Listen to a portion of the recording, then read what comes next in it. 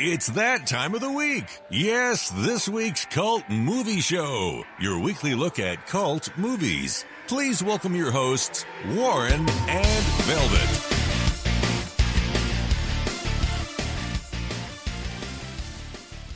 Yeah, no, I'm not going to do it this week. I thought I might just change and say, hi guys. Going to change it up a little bit. Welcome to podcast 39 of the Cult Movie Show. And I am, of course, Warren, and sitting with me virtually in the virtual studio, as always, is the amazing and talented Velvet. How are you today, Velvet? I'm doing awesome. And I'm also excited about the show because we're switching it up a little bit today. So instead of reviewing 3 movies and a mini movie, we're going to actually do some movie news talk and a mini movie and then some movie reviews. So we're going to switch it up. I think it's going to be fun. Yeah, that's why I sort of thought, I'll just start the show a little bit differently. Let's just mix it up. Let's just mix it up a little bit. And Velvet and I were obviously talking, and we thought, as we do, and quite regularly, and we sort of thought we continually on this show talk about remakes. We always sort of say, oh, they're going to remake this, or this was a remake of this, or whatever. So we thought we might have a little bit of a chat about this because it's a subject that a lot of people have no opinion on, but a lot of people have very, very they're very opinionated. Is opinionated the right word? They have strong opinions, opinions, on this about whether this idea of remakes is good or bad. Now, there's always been remakes. Ever since people have been making movies. But we seem to be in a stage right now, especially in Hollywood, where it's all that we do. Every second movie is a remake of a movie, which was itself a remake of a movie. What is it? Gone in 60 Seconds, I think. Even when that movie came out in 2000 or whatever it was, I think that was the 3rd incarnation of that movie. Really? Yeah.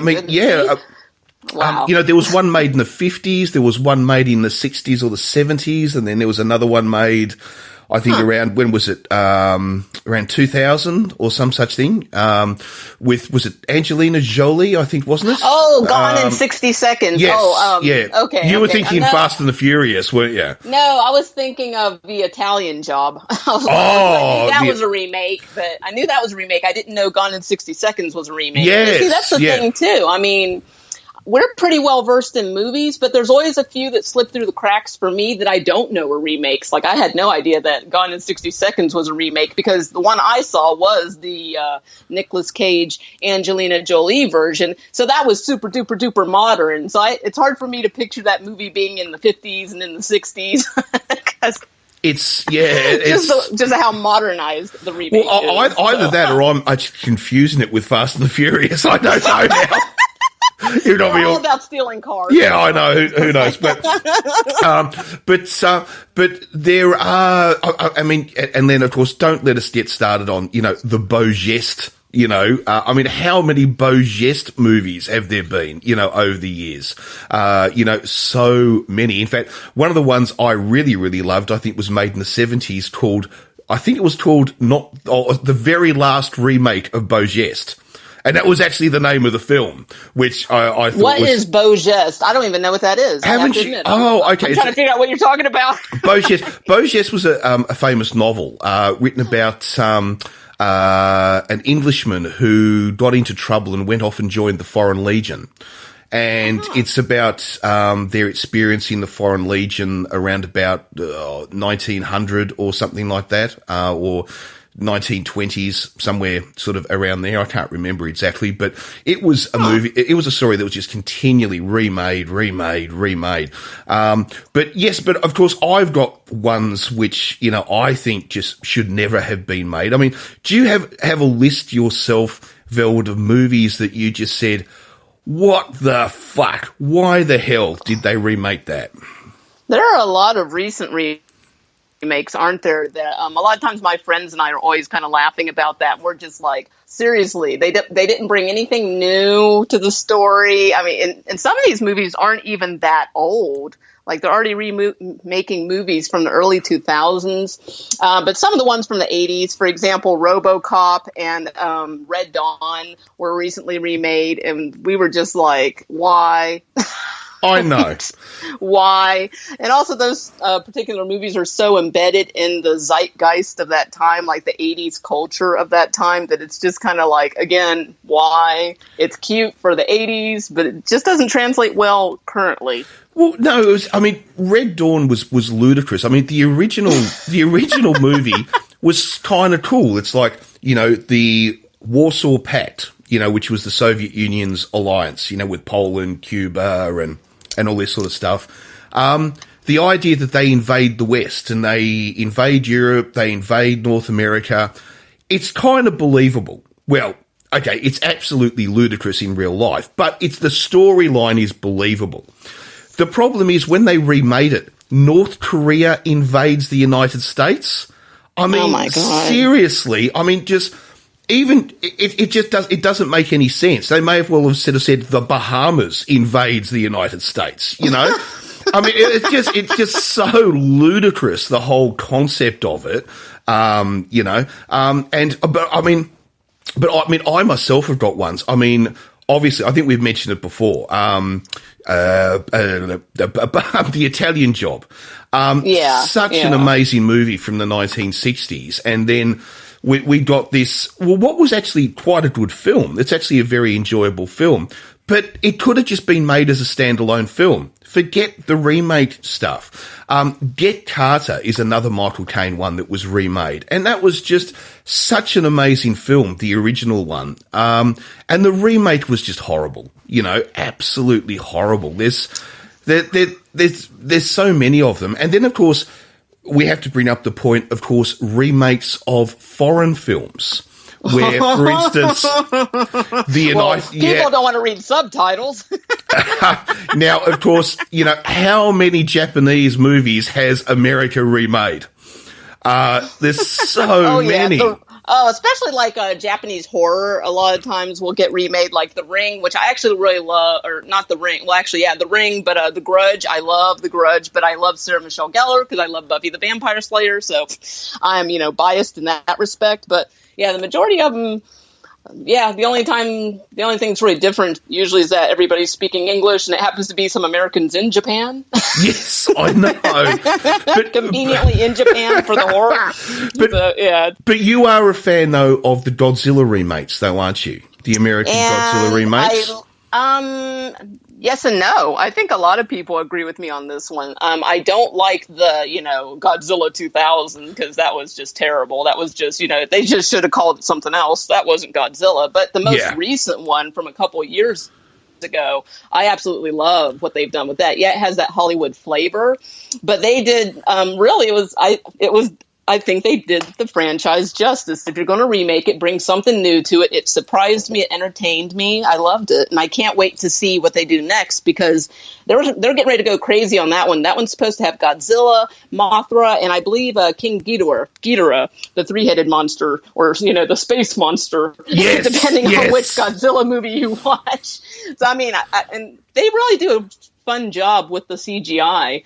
And then they've got it now. They realize it's not just a random dinosaur laying eggs in a city. I mean, it's fun. It's really, they're really doing a good service to that genre now. Like, if you're going to do it justice. Don't just, take the name and make some crap. So we don't want a money spinning exercise. We want a story. We want something, exactly. And also something that is honorable to the product, which it's taken from, but there's also a huge amount of, French movies that America, has made. I mean, which went on to actually be incredibly famous, probably actually more famous than the movies they were taken from.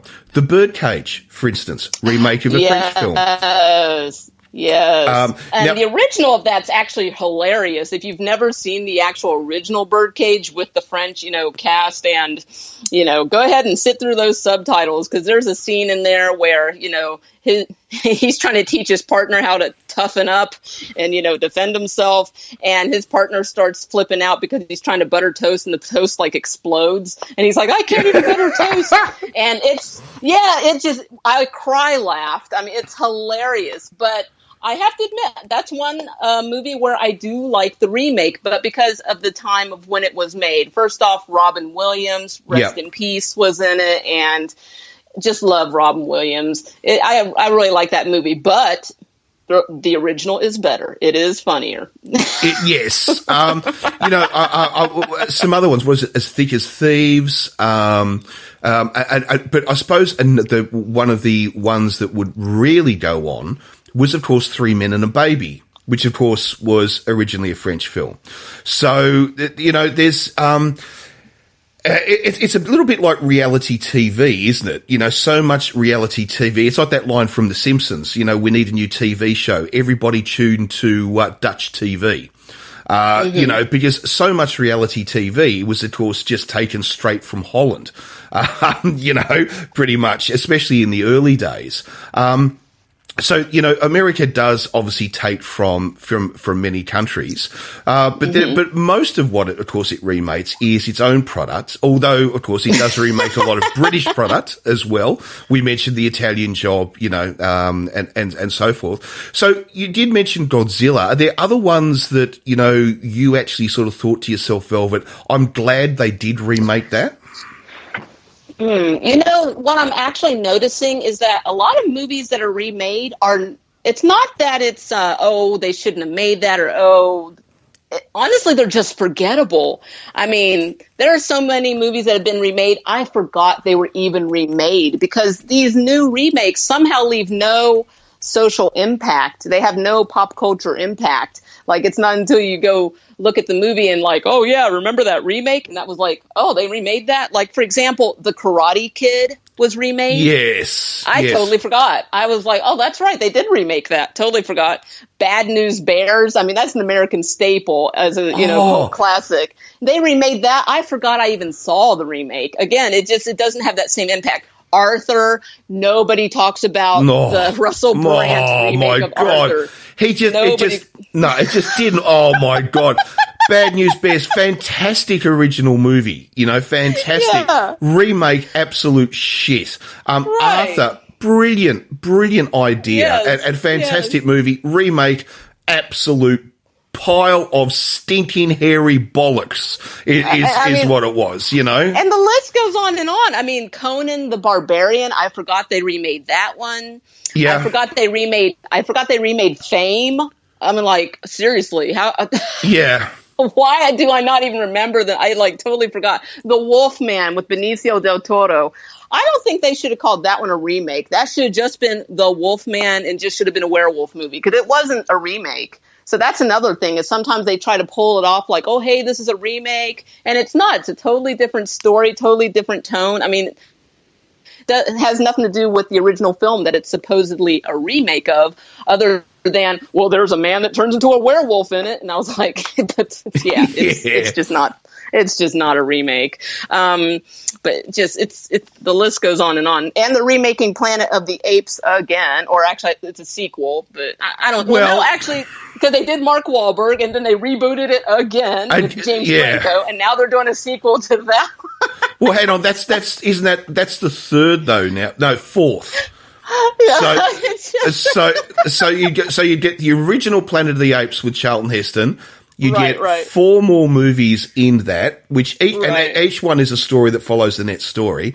Then they remake it, so the Sits one with Mark Wahlberg. Then they reboot it. Now, I think they've made from the reboot, I think there's been 2 films already. Now there's going to be another one. And then remember too, we had the TV series as well, Planet of the Apes. Oh my goodness gracious! So the story has really been done, hasn't it? I mean, yes. Oh my God. And some movies, we've also said some movies don't need to be remade. For example, like Charlie and the Chocolate Factory, I don't feel that one the remake totally lacked charm. It added nothing new to the story. Yeah. And it was one of those you were excited to see at the time, because honestly, a lot of times I get drawn in to a remake because I'm excited about the technology we have now. I'm excited about CGI. I'm excited about film quality. I'm excited about cinematography. You know, I'm excited about the current actors that I like that are going to be in the movie. But a lot of times they're just, like I said, it doesn't do justice. There's no character development. I don't know. It's just kind of like, well, we have the recipe for the chocolate cake, but instead of putting sugar in it, we're going to use this artificial sugar and hope it tastes the same. And it's just not as good. No, it's and the other thing too for me is that especially too when you have a movie when the star was so iconic. I mean, Gene Wilder. You know, yes. I mean, you can't replace Gene Wilder. It's like exactly. It's like trying to remake a Mel Brooks film. You can't do it. You know, Mel Brooks is Mel Brooks. You take him out of the mix, and it doesn't work anymore. Exactly. It's just. I mean, but here's another thing though. Before we change it up a little bit, is of course not so much remakes, but movies taken from TV shows. Yes. Now, how do you feel about that? You know, it's always 50-50. A lot of times, if you're a fan of the TV show, you hate the movie. If you're a fan of the movie, you hate the TV show. So it's kind of a whole category all on its own, because it just depends on where you fall. For example, I mentioned Buffy the Vampire Slayer earlier. I absolutely hate the movie. Oh, I hate that movie. I think it's absolutely horrendous. But the TV show, that's like one of my all-time favorite shows of all time. I actually marathon the entire, seasons every year. I'll take a few chunks out a year and just I'll marathon the entire thing in a couple of months. I don't have the kind of time to sit around and marathon the whole season in 1 week. That would be cool, but I got to sleep, eat, and do other things. Got a podcast, but yeah, so I love that. But I was going to say that's a little bit different though, because that's like a TV show coming from a movie rather than a movie. But it goes both ways. Oh, of course it does. Yeah. Yeah, it goes both ways. I mean, there are some which have worked incredibly well. It's like you said, Buffy the Vampire Slayer. The TV show rocked, where it was honestly a pretty average film. MASH. What about MASH, the TV show? I never liked that show, but I think it's just, I don't get it. I think it's one of those shows, I'm not from that generation, so I just cannot get into MASH. And honestly, a lot of my friends in my age range feel the same way. They can't, not that they dislike MASH, but we just can't get into it. Like, we understand what it stands for, and we can understand why it has the following that it has, but it's not our generation. So it's one of those few times where we're just kind of like, we just kind of don't get it. We hate to say that, but we don't get it. Just don't get it. Yeah. And that makes sense. You know, there's, there's a lot of TV shows or movies from which are sort of kind of time centric. You needed to be there at the time, I think, for a lot of them, to make sense. But the other thing, I suppose I would sort of ask you, Velvet, is that do you have a top 3 and a bottom 3 remakes? In other words, a top 3 ones that you were so glad that they made, and a bottom 3 ones that you just thought, honestly, let's just burn the fucker now. Sorry. I'm sorry. I feel bad because I would love to have been more prepared to actually have a list, because I'm just like, once we stop talking about this, I'm going to be like, oh, I forgot to talk about this. I forgot to talk about that. But one of the remakes I mentioned that I actually really love is The Grudge. I know that's one of my favorite horror movies. And again, that's because I love Sarah Michelle Gellar, so I'm probably just biased, but I saw that in the theater and it scared the shit out of me at the time because first off, again, I wasn't used to that whole Japanese style of horror, which is yikes. That at the time that was a whole new level. That's why do you think the United States remade so many of the Japanese horror films. It's just a whole different way of storytelling, the visuals, the legends, the lore behind, the curses and that type of thing. But when I saw The Grudge in the movie theater, I remember I always told people I saw the first 5 minutes of that movie and I saw the last 5 minutes in the theater, because the entire time I pretty much had my face covered with my hands. Yeah. It was just too scary. I couldn't watch it. So I absolutely love The Grudge. The Addams Family, that's another one that was a TV show that got remade into the movies. I actually like the movie. I thought it was a really cute reimagining, because, on the TV show, it's always it's not as explained, and I don't know. It was just neat to see it in color, and just to see this actual family on screen for like an hour and a half, and they're just, kooky. And they're creepy, and Yep. that's just what they do. So I absolutely love that. And probably, I guess, Batman, to be honest. I love the Batman movies, not all of them, of course, because that had also started off as a comic book, and then it became, that 60s TV show with Burt Ward and Adam West, and that's been made into a movie. So I absolutely love the 2 movies that were directed by, I just had Tim Burton. And I actually do like the reboot with Christopher Nolan. I love the Batman franchises. So you can see I'm very much into the whole eccentric characters in TV shows being turned into movies. I'm not usually drawn to movie remakes of TV shows that take place in a real life, more realistic setting. So while I think on my bottom 3, would you like to talk about some of your top 3s, if you can think of them? The ones that I don't really have a top 3. When it comes, I was like, it's so many, it's hard to think of. There's not there's some, I suppose I might give some special mention to, ones which maybe weren't very successful, but I really did enjoy. I mean, for instance, The Avengers. Now, I'm not talking about the American franchise comic book Avengers. I'm talking about the British TV show from the cities, and from the 60s, and then the 1970s, the new Avengers. And now that was remade with Ralph Fiennes in the 1990s. And I love Ralph Fiennes. And so do I. I think he's fantastic. We probably like him for different reasons, but well, of course, he plays M now in the James Bond films, which is very cool. Although Dame Judi Dench was obviously fantastic, but Ralph Fiennes, he's just a perfect M. I mean, he really is a perfect M. But that movie gets a lot of crap. Like, people sort of say that was just so bullshit.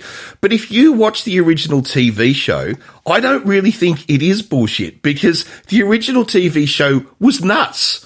It was absolutely ludicrous. So the movie sort of needed to be ludicrous and overacted in that sense. So I actually reckon it was a remake which gets canned, but is nowhere near as bad as, people think. And I think it's worth more than the 99 cents you often find it for now in the bargain bin, of your local $1 shop, which is a shame. Obviously, I've mentioned ones that I absolutely, hate. I mean, any movie, that starred Arnold Schwarzenegger that got remade, I just, that's, I'm sorry, Colin Farrell, but, no. No. And I've already told you I didn't like Colin Farrell for ages until recently. So, but of course the the Italian Job, that obviously I hated the way they did that. I thought that was just one of the biggest travesties, in human history. I demand questions in the House, Prime Minister. That was absolutely horrible. The way they did that. But then I suppose the next subject would be, for me anyway, what would I like them to remake? Like, what is there out there that I'd like them to remake? And I'll tell you, I think everybody knows what I am going to say next. Do you reckon it's a I think I secret? already know, but I'm going to let you go ahead and say it. I want a 2017 Sheena. Come on. Sheena Hollywood. Sheena Hollywood. Let's do it now. What do we want? Sheena. When do we want it? Now. Come on, that actually needs to happen. That does need to happen. Well, it's been what now? 15 years. Yeah, a long time. Since 15 years since the last TV appearance of Sheena. The comic books, movie. The comic books are obviously still in production, which I own all of them. But which is great. It gives me my Sheena fix. But I want Sheena back on the screen again. So come on, guys, let's remake it. You've got the money. You're remaking every fucking other thing. Come on, give us another Sheena. And, I was actually thinking the other day there were some movies I'd like to see remade, but now, of course, off the top of my head, I'm like, I don't remember what it was. But every once in a while, I do find myself watching a movie and kind of going, I wouldn't mind if they remade this, but certain movies, I kind of think of it as the reason I say I wouldn't mind seeing a remake is simply because either the print is becoming so degraded. Like, for example, Metropolis is one of my favorite silent films that they've done, they're trying like hell to restore the fuck out of it. But, I mean, it's missing frames. There's certain, the first time you see the movie back a couple of decades ago, it's in such poor shape. And they've done a lot of reworking, and they've even colorized versions of it and added music. I think I've even seen a version where they actually added a soundtrack from Queen, which was interesting. The rock band Queen. Yep. But yep. I remember that from the 80s. That's a movie I wouldn't mind seeing a remake, but it would have to be almost a shot-for-shot remake, slightly modernized, so it doesn't look so hokey. You know what I'm saying? And just so it's a cohesive story, so it's not missing parts, that kind of thing. But really, off the top of my head, I can't think of movies I'd like to see a remake of. And a lot of times when they do the remakes, they don't do the shot-for-shot remakes. But they do sometimes, because they did that with Psycho. They had a Vince Vaughn as Norman Bates, and it was a shot-for-shot remake, which would have been interesting, again, if it was a movie that needed that type of restoration. Whereas Psycho's very well taken care of. I'm pretty sure it's in the Library of Congress. So when the world gets blown up and, life starts over again and they discover movies, this will be one of the movies that's in there.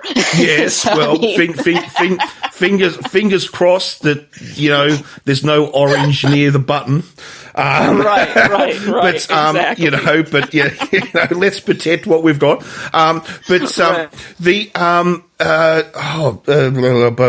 was just going to say something. One of the things I was going to say is that I think there are some historical type dramas from the 1950s and 1960s about, huge events that maybe some of those would maybe be a little bit more interesting to remake, because now with CGI, I mean, for instance, I can think of grandiose. I know one movie that a friend of the show has been on the show before, Andrew.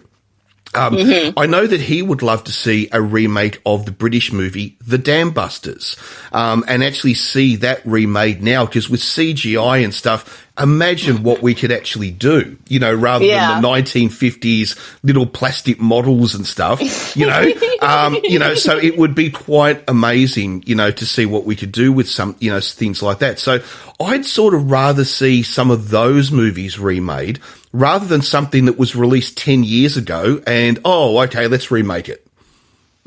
Yeah, no, exactly. There's a crazy, insane amount of movies currently being remade. So there's a lot that are rumored. So like some of them say they have a script written, and it's being shopped around right now. So there's no actual production going on yet. So I wanted to name just a short list of some of the rumored remakes. Velvet, you have a list. We have a list. Oh yeah. We have a list. Boom, boom. Yep. Oh yeah. So I'm going to do just some of the rumored remakes right quick, and I'm just going to blow through them right quick, or we'll be here all week. All right. But okay, so a couple of titles that you're going to recognize, and you're going to say, "Wow, they're going to remake that." So, or why would they remake that? Anyways, here we go. An American Werewolf in London. What the fuck? Oh, Again, yeah, okay, rumored. Yeah, okay. Rumored. The Bride of Frankenstein. Oh. The Craft. That's actually one of my favorites from when I was a teenager. Coven of Witches, The Craft. Maybe I could see that. Dirty Dancing as a TV movie. Oh God. This one's interesting. Don't Look Now. The one with Julie Christie and Donald Sutherland. Remember that one? Oh, okay. Yeah. Mm. They're talking about doing a live action Dumbo. Yes, the flying elephant. It's in development, and supposedly it's going to be directed by Tim Burton. Oh, okay. So I'm now thinking we've maybe got an interesting idea which is not going to work. Walt Disney and Tim Burton in the one sentence. I don't know. Anyway, yeah. I think that's strange too. Okay, let's keep going. I'll throw some more out. Okay, this one. Okay, actually, this is one I would actually like to see remade. So this one's rumored. Logan's Run. Actually, I agree with you here. I would love to actually see a remake of I'd like to see a remake of that. Because actually, when I saw that, honestly, I hated that movie. I didn't like the visuals. I didn't like the story. I love it.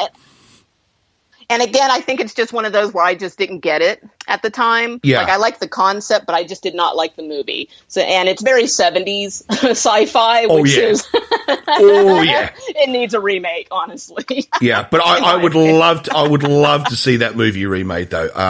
The only problem is the cast in that was brilliant. Mm-hmm. I mean, the cast was what made that movie. They're such good actors.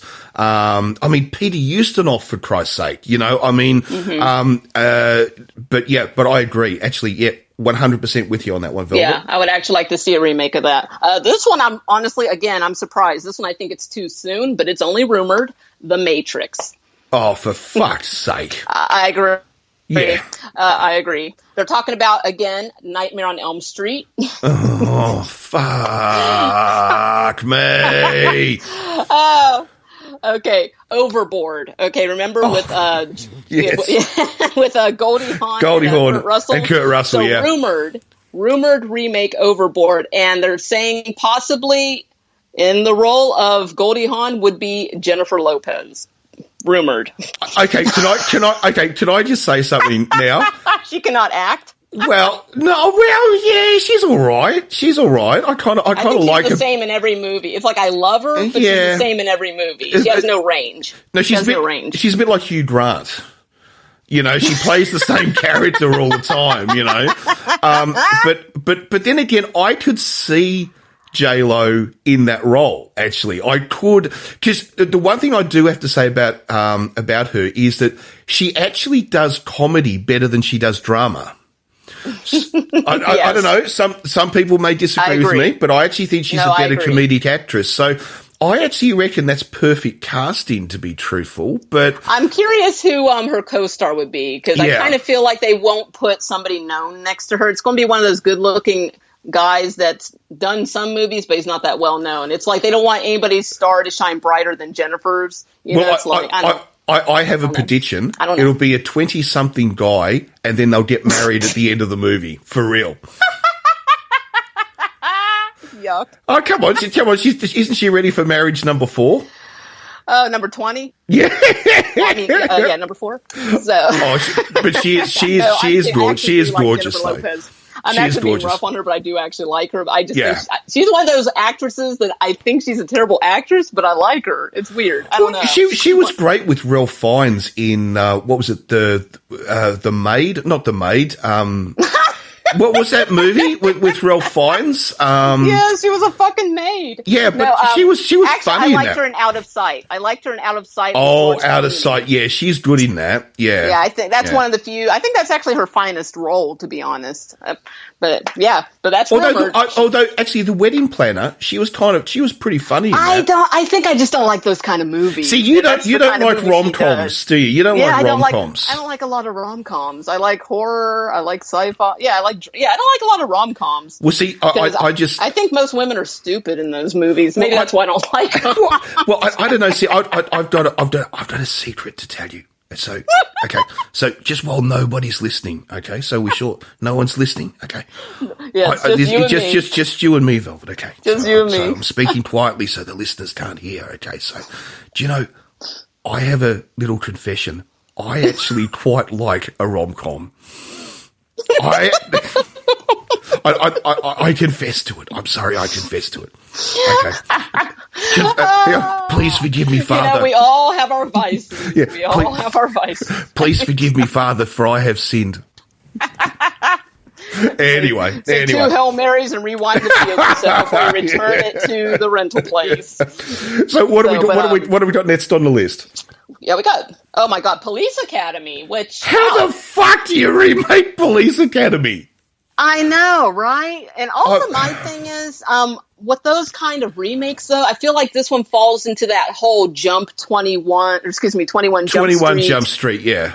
Chips type thing where they make it, I don't know, where it's like already funny, but they make it, I don't know how I feel about that. No, so. And once again, those movies were all about the characters. You can't replace those characters unless they want to bring the gang back together. That'd be different. Some of them are dead. I'm pretty sure. Well, no. Well, four of them were actually in La Valantula that was released a couple of years ago. And I mean, actually, you know what? I always liked Bobcat Goldthwait's character. He always made me laugh. Yeah, with that screech, whiny, weird voice that he has. I don't know. If he would at least do a cameo, then I'll buy a ticket. I mean, I'll put it this way: if Police Academy was being made as not a reboot, but as homage, in other words, they got the original, all the original actors back that they could from the original movies, and then they did, like the Brady Bunch reunion movies. If they did it like that, I reckon it could work, but. If they're going to make it with new actors, oh, fuck no. That'd be horrible. I think it's going to be a whole bunch of unknowns. But again, these are rumored remakes. I have to keep reminding myself this isn't confirmed. So they may never happen. They may be in development hell forever. But this next one, oh my God, this one is so ludicrous that I actually want to see it just because I'm like, shut up. That is ridiculous. Okay, Splash. Okay, the mermaid movie. Yeah. No, but here's what's killing me. Okay, rumored, the mermaid is going to be a merman, and it's going to be Channing Tatum. Okay. Well, I don't know. Look, okay. I'll put it this way. They remade Ghostbusters with a female cast, right? That worked. That actually worked. In fact, the remake of Ghostbusters is actually very funny. I really liked. I don't know what you thought of it, Velvet, but I really liked it. No, I liked it, but I don't know. I mean, I don't know.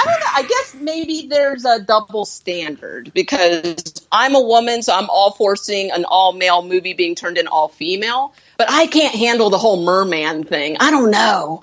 I'm like, Channing Tatum's going to be a merman. I don't know. It just I don't know. We could think of 1,000 anchovy jokes, couldn't we? But maybe let's not go down that path.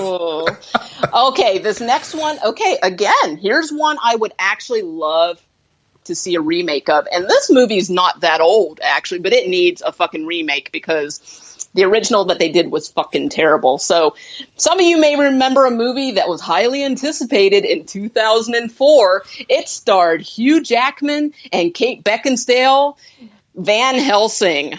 Ah, okay. Does anybody remember this movie? Yes, I do. You hate it. It needs to be remade. They made this so cartoony. It was a total disservice. I mean, this makes Monster Squad look like a masterpiece. Van Helsing needs to be remade so bad. So it's rumored. Unfortunately, I don't have any info on any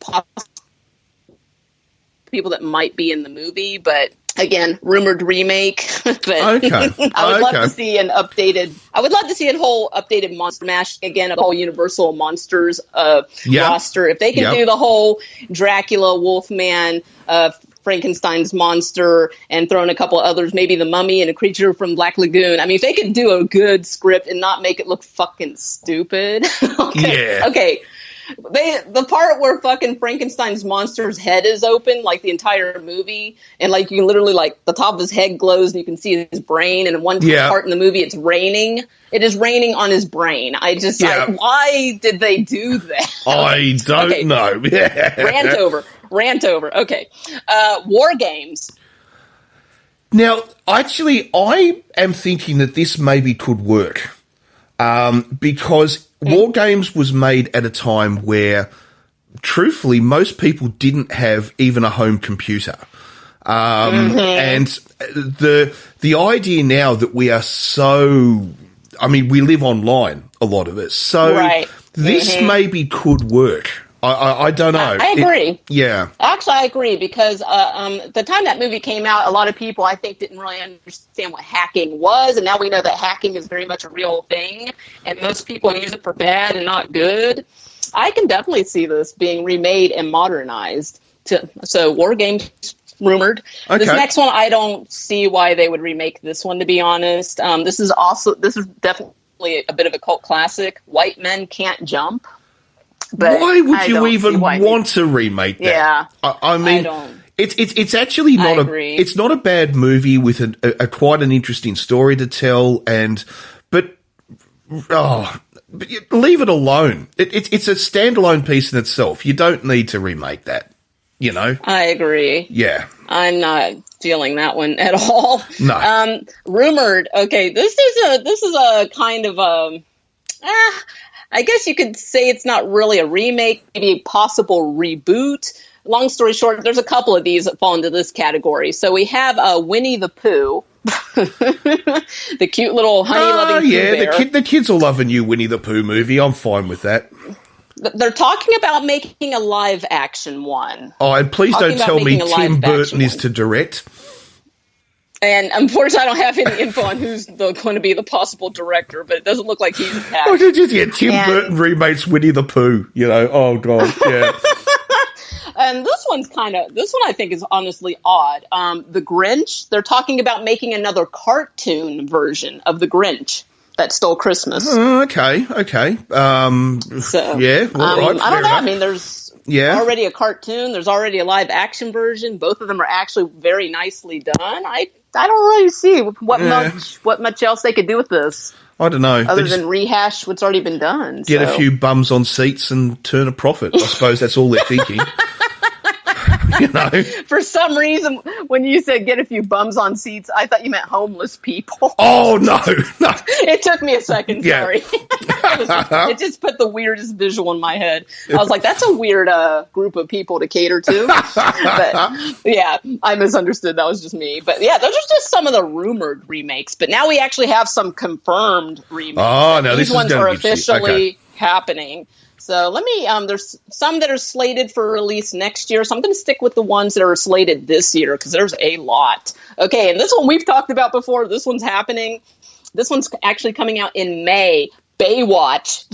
Yeah, I've seen the shorts to this and I am actually really looking forward to this, to be truthful, because I think it's going to be funny. One, I was a huge Baywatch fan back in the day. I'll freely admit it, okay? I don't care what anyone thinks. I was a Baywatch fan.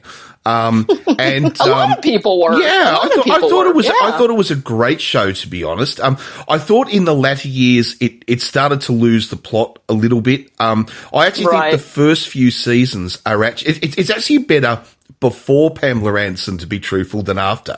The first two seasons are actually the best in my opinion, but because it was more about the beach, it was more about beach culture, surf life saving, and that sort of thing, you know.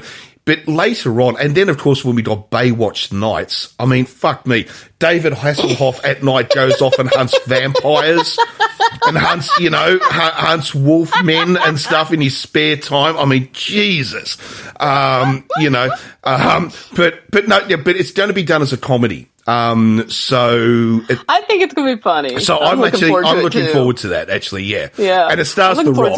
So it's going to be, I think it's going to be good. Yeah. And he's actually a funny dude. I actually like it when The Rock or Dwayne Johnson does comedy. I actually think he's really funny. I actually really like him. Once again, it's a bit like we're talking about Jennifer Lopez. I think Dwayne Johnson actually does comedy better than he does drama. Absolutely.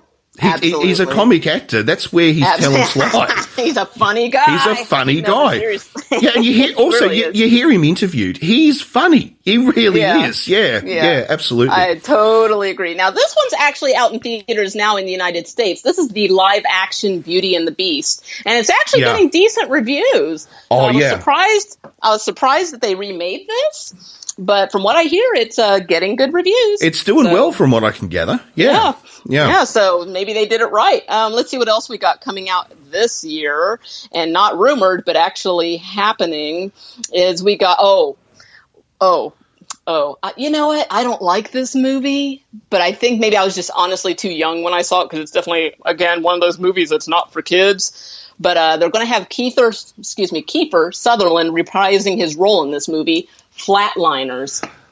Oh, I didn't like Flatliners. I didn't either. The original movie. I thought it was an interesting idea that just went nowhere. Mm-hmm. You know, maybe they could do it better in a remake. I don't know. But the original movie, I thought, was kind of boring. I did too. I just didn't like it. And it's coming in September. So this is happening. And like I said, Kiefer Sutherland's in it.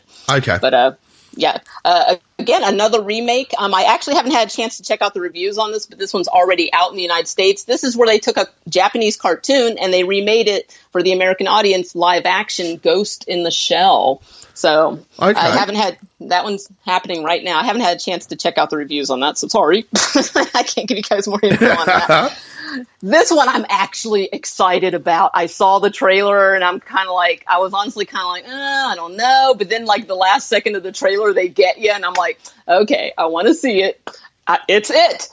Stephen King's It is coming out September in the United States. And I'm actually really looking forward to it. I think a lot of people are. This is getting a lot of excitement. I know online, a lot of, friends I've got who are horror fans, or friends that we have who are horror fans, they're looking forward to this. So I think hopefully this is going to work. And honestly, this is one that, again, I think this actually could use a remake, simply because Stephen King's It in the United States, obviously it's based on his book, but it was a television movie. It was a made-for-TV horror movie. And as a kid, it was horrifying. As an adult, it's hilarious. And I'm kind of like, I would actually like to see this movie be scary. And it looks like they're going to do the scary in the theater. And I'm really looking forward to checking this out. I think I'm actually going to venture to the theater for this one, but I have to take a friend. Yes. Because I can't watch scary movies by myself in theaters. Oh my, I think the last horror movie I saw by myself, literally by myself without a friend, and I said I'm never doing it ever again, was I saw the Mothman Prophecies. And okay. And that scared the shit out of me. I just can't do horror movies by myself. The whole suspense and jump scares, I just can't do it. I have to have somebody with me, because I usually just bury my face in their shoulder. So be prepared. Okay. This is interesting. Jumanji, coming in December. Jumanji. Remember that one? Yeah. Once again, Robin Williams, Robin Williams is so iconic in this role. I just, and also the original film was very well done. So I really don't. No, leave it alone. From what I've heard, this one, again, this is one of those weird ones where I said this about the Wolfman when we were talking about this a little bit earlier, was it has the same title of the original movie, but it's not really a remake. It's using the same recipe, but it's changing the ingredients. So you're kind of like, well, that's not the recipe. That's not the fucking, anyways. But, basically, it's supposed to be, whereas the original Jumanji was a board game, right? Yeah. So this one's supposed to be you're playing a video game, and I guess somehow the characters get sucked into the video game. Oh, I don't like this idea already. Well, wait till you hear who's in it. So what happens is people get sucked into this game, and they become basically avatars of themselves. So it's like all these, geeky little kids. Right. And then in the game, one of them becomes Dwayne Johnson, The Rock. Right. We got Kevin Hart, who's a popular comedian and actor in the United States, at least right now. Karen Gillan, yes. Amy Pond from Doctor Who. Oh, okay. Well, then maybe I'll go and see it. Yeah, now it's got your attention. Got mine. Now it's got my attention. Yeah. When I saw her, I'm like, oh, she's in it. And Jack Black, who honestly is 50-50. Oh, you never fuck know me. I can't. I'm sorry. I can't stand Jack Black. I really can't. He's not. I'm sorry. He's not funny. He's just a weird dude. He's just not funny. He just plays a slob and sort of thinks, oh yeah, that's cool. No, it's not. Yuck. I mean, but then again, if it's not Dwayne Johnson and it's not Taron, I'm sort of a bit tempted though. I have to admit, I'm a bit tempted. Know. It might be interesting. Like I said, it's also for me what's winning me over is that it's not supposed to be a direct remake of the Robin Williams Jumanji. It's supposed to be a whole different thing. So I don't know. Okay, at first when you described it, I thought no fucking way. But now I've heard the cast. Maybe I'll give this a try because they're pretty good actors. Right. And yeah, maybe this could work. You know, maybe this could work. Yeah. All right. Okay, we actually have a Universal monster being remade, and this one I think this one's so weird. First off, because one of the main stars is not a star I've seen do a lot of horror movies. Tom Cruise is in a Universal Monsters movie remake. They're remaking the 1932 The Mummy. Well, that's already been remade how many fucking times? This is like we're talking about Beau Geste. I mean, how many mummy movies have there been? You know, I mean, I don't even classify this as a remake, to be honest. It's just taking, it's like making another Dracula movie. It's not really a remake, if you like, in my mind anyway. It's just doing another mummy movie. Yeah, I suppose it'd work. I'm just so over Tom Cruise, though. But I'm intrigued simply because I haven't seen Tom Cruise do a lot of horror movies. Like I've seen him in a Interview with a Vampire, but I'm kind of like, that wasn't scary. I mean, it was a vampire movie, but it wasn't scary. Where it looks like this mummy movie is supposed to be pretty scary. And I reckon it'll just turn into an action film. Probably. It'll just turn into a fucking action film.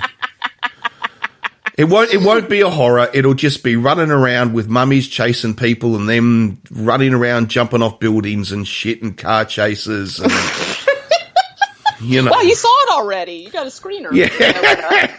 Oh, God.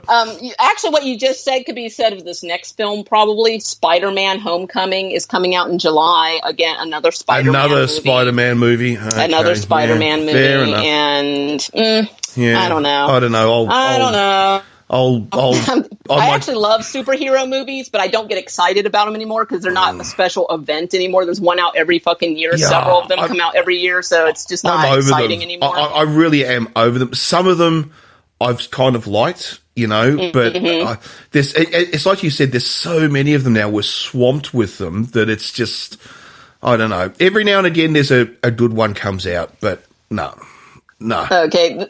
This is one remake that you and I have actually discussed, and we actually reviewed the original a couple episodes ago. The Beguiled, which originally starred Clint Eastwood, is being remade, and that's coming out in June.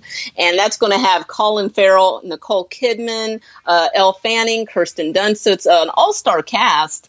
And this is one of those movies I don't think needs to be remade, but I actually do want to see this remake because I'm just curious. It's such an odd story, and like the original movie has like those elements of gothic horror, and you don't see a lot of gothic horror elements in modern movies, I feel like. So I'm just curious what this movie's going to be like. It's really weird. It's a bit like when we did our review, we did mention that this was being remade, and one of the things I would like to see it remade in a sense, absolutely, but I'd almost like them to change the setting.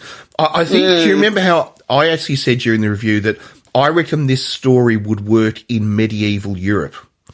And that would be cool. And instead of making him a soldier in the American Civil War, make him a knight, you know, during all that would be cool. You know, or something like that, and then you'd have the castle, make it really gothic, and kind of really creepy with all the stairs and candle lights. And I don't know. I just thought that might work. But I believe it is going to be set in the American Civil War again, though, isn't it? Yeah, I think so. Yeah, it is definitely doing the whole, almost completely abandoned all-girls school with just a few girls and one teacher, and Colin Farrell dicking them all down and having to deal with he'll enjoy that. He'll enjoy that. Up until he gets punished, or they take revenge, or whatever you want to call it. True. So for those who haven't seen the movie, you should definitely check out the original before you check out the remake, so you can compare notes. Yes. Oh, okay. This one actually makes me laugh, not because they're remaking the movie, but this is one of those rare instances where enough time has passed in modern history that things have changed a little bit. And in order to make this movie sound impressive, they have to update the title. So they're actually doing a remake of the television series, The $6 Million Man. But in order to take it to the movie theater, they have to update the title to The $6 Billion Man. So I think that's kind of funny. Oh my God. Are they really remaking this? They are really doing it. It's coming out in December. And Lee Majors, who was Colonel Steve Austin, is going to be played by Mark Wahlberg. Oh, God. Now, I quite like Mark Wahlberg, I have to admit. I do too, but I don't know.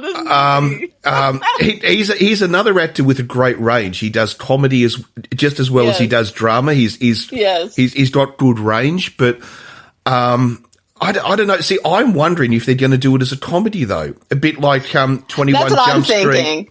That's what I'm thinking. Brady Bunch, because as a comedy, it would actually kind of work. I'm sort of really, the story is just too friggin' stupid to do it seriously. I don't know. Are they gonna have though the $6 billion woman as well? And also, do you remember there was Maximilian, the $1 million dog? Do you remember that? They had a bionic. Well, now he needs to be the $20 million dog, because I ain't buying one of those junker dogs for $1 million. I mean, I drop a couple, $10 million if I'm buying a dog. Oh my God, that's how ridiculous that show got in the end. He had a bionic dog as a pet. I mean, Christ. Anyway. So, can I just do it? Hang on.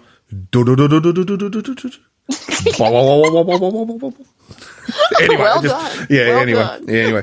So, have we got any others before we sort of wrap this up and talk about some movies? Or for hours, but I think that's a good place to stop. Yes. I mean, once you hit the ridiculous titles, you're done. It's just once you have to account for inflation to name a fucking movie, you're done. I know. $6 billion man. Oh God. Oh God. Anyway, look. As I said, if it's done as a comedy, I reckon it could be quite funny. But we'll see. I think they have to do it as a comedy. Oh, they couldn't do it seriously. I mean, they really couldn't.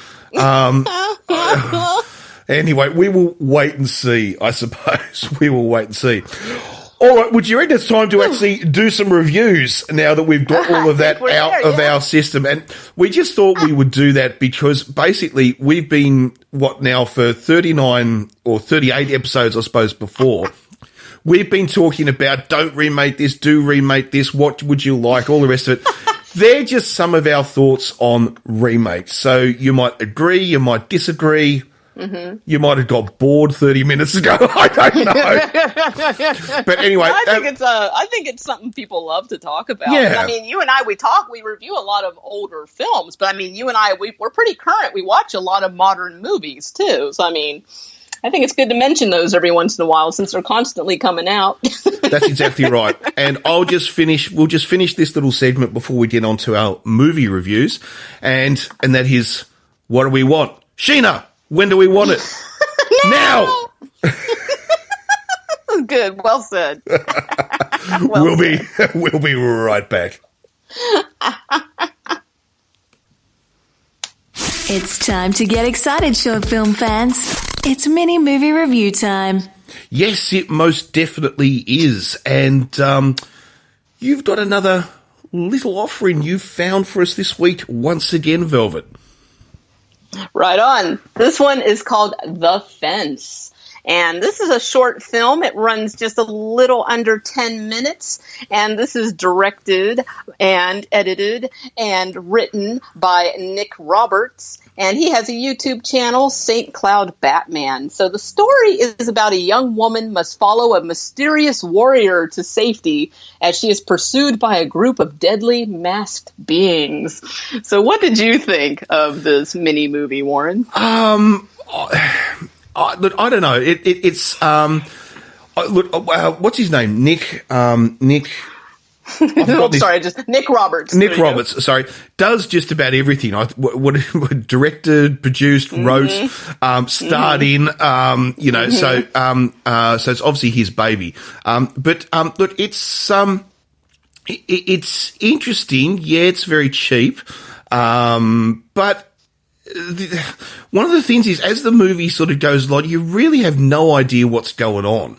Do you know what I mean? It's like this woman is captured, and then she's being chased by these people, and then this guy just appears out of nowhere who is trying to help her escape. And for why? You know, and although we get the big reveal in the very end about what is actually going on, what's happened, which I kind of liked. I obviously can't give it away, but right. I thought it was maybe a little bit simplistic, you know. Right. But it was okay. One of the funny things that I have to admit about it is that when they're being chased through the forest by all of these people, and of course they're being stabbed and shot, and by her bodyguard that's running with her, and so they're all falling over, shot or get cut up or whatever. But then in the next scene where we see a whole heap of people running after them again, they're the same actors. So the reason I chose this movie was we've watched a lot of mini movies that have amazing budgets, like I'll always reference Kung Fury. I mean, that's a $500,000 budget short film. But when it comes down to it, many filmmakers that are starting out, they usually choose short film as their medium because they're able to get a story together with as little resources as possible. And so this was one of those times where I'm watching the mini movie and I'm going, this has a very limited budget, but they still managed to pull it together and tell a story. And there's actually a little bit of editing in this, a little bit of editing magic, which I actually thought was rather cute. And I don't mean to downplay the talents of the director by saying cute. I really like the little touches he added, such as every time they fired a gun, you did see like the little flare from the gun. So you could see that was added. That was added in post. Yeah. I thought that was a nice detail. And also such things as when there was a fighting with swords or knives, they had that, little like metal clanging noise. And I'm like, oh, he paid some attention to detail in this. Yes. The acting obviously is rather average, but you work with what you can when you have a mediocre budget. But I'm always impressed to see people put a mini movie or a short film together with such limited resources, because they obviously had no budget. And I thought that was cool. And I did actually like the story. I agree with you. It's a little simplistic, but I did like the whole thing of it was so mysterious, because at first I'm kind of like, I don't know about this. And then like halfway through, I'm kind of like, okay, wait, what's going on? I have to see what's going on, because let's just say we have one character that keeps reoccurring and you're just like, and it becomes a little bit comical. And I don't think it was intended to be comical, but for me, it was a little comical when even the character that is being helped by this reoccurring character keeps saying, wait, how did you wait? Like, how are you back again? I know. but that does make sense in the very end, though. We should say. I won't say what my theory is on that, because unfortunately it would give it away. So we can talk about that off air. But the way it ends kind of makes sense why the story might not make sense while it's going on. I can say it that way. That's really vague, but I think my co-host can get what I'm saying. Yeah. But so I just wanted to give a shout out to a filmmaker that is using the resources he has to tell a story. I did actually enjoy this. So this is one of those, on your lunch break, fire up YouTube, head on over to St. Cloud Batman. You can also follow the director, YouTuber, filmmaker, actor, Nick Roberts. You can follow him on Twitter at St. Cloud Batman, that's St. Cloud Batman, and tell him Cult Movie Show sent you. Yes, I just quickly, I'll just sort of say, I quite enjoyed it. I really did quite like it. I think they did the best with what they've got. I was sort of making a bit of fun of it at the start, but I actually think it's quite good. The only thing I would say about it is I think it should have been 5 minutes, not 10 minutes. Mm-hmm. I agree. That's my only real thing. I agree. It could have been shortened. And I think it had been a 5-minute short film. I think it would have been 100 times better. I think it would have worked a lot better. But other than that, no, I quite liked it. I always take my hat off to people who've got the guts to go out there and make this product. And making movies is hard. Yeah. Oh, it's so hard to make a movie. That's why Warren and I watch them and talk about them. We don't fucking make them. It's hard to make a movie. It's so easy. It's so easy to criticize, and it's so hard to actually make it. And so no, I tip my hat, and I say well done, as I do to pretty much most of the short films, that we see, because people have put their blood, sweat, and tears into this. Mm-hmm. So so I definitely say well done. Just think it probably should have been about 5 minutes rather than 10. And my last comment on it is that there's no place like home. There's no place like home. My last comment is actually one of the reasons I really like this one to talk about it is there's a lot of people in this movie. There's a lot of extras. And I'm thinking, they were most likely unpaid actors, and so just the feat of organizing all those people to tell your story is hard, because if you've ever tried to even just hang out with a group of friends, trying to decide what to go do or what movie to go see or what restaurant to eat at or what bar to grab a beer at is hard work. So trying to get these people together to make a movie and tell your story and realize your vision is even harder. So I thought that was impressive that you got all these people together to do that. So well done. Absolutely St. Cloud well Batman. done. Yeah, and thank no, you for most your movie. definitely. No, absolutely. I agree. Well done. All right. We will be right back now with our first big review. It's going to be a long show, I think. Anyway, we will be right back.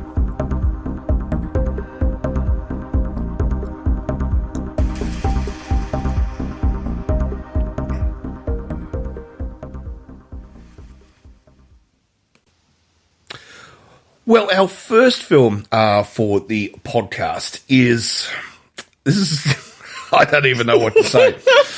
It is Savage Beach, which really doesn't do it justice, because it's not a Savage Beach at all. That's just the name of it. I probably should call it Savage Beach. It's from 1989, and even though its title, it is not a horror movie. And when you find out who the director is, you'll know exactly what sort of movie it is. It is an Andy Sedaris movie. And I must admit, I've been wanting to do an Andy Sedaris movie on this show since day one. So it's taken us until podcast 39. But finally, we've got an Andy Sedaris movie to talk about. Now, as we said, this is Savage Beach from 1989. So, the quick rundown on this movie. Now, like all Andy Sedaris movies, the plot is incredibly overcomplicated. It doesn't make sense half of the time while you're watching it, but it will slowly all come together as the movie sort of gets into its last sort of third or last 25%.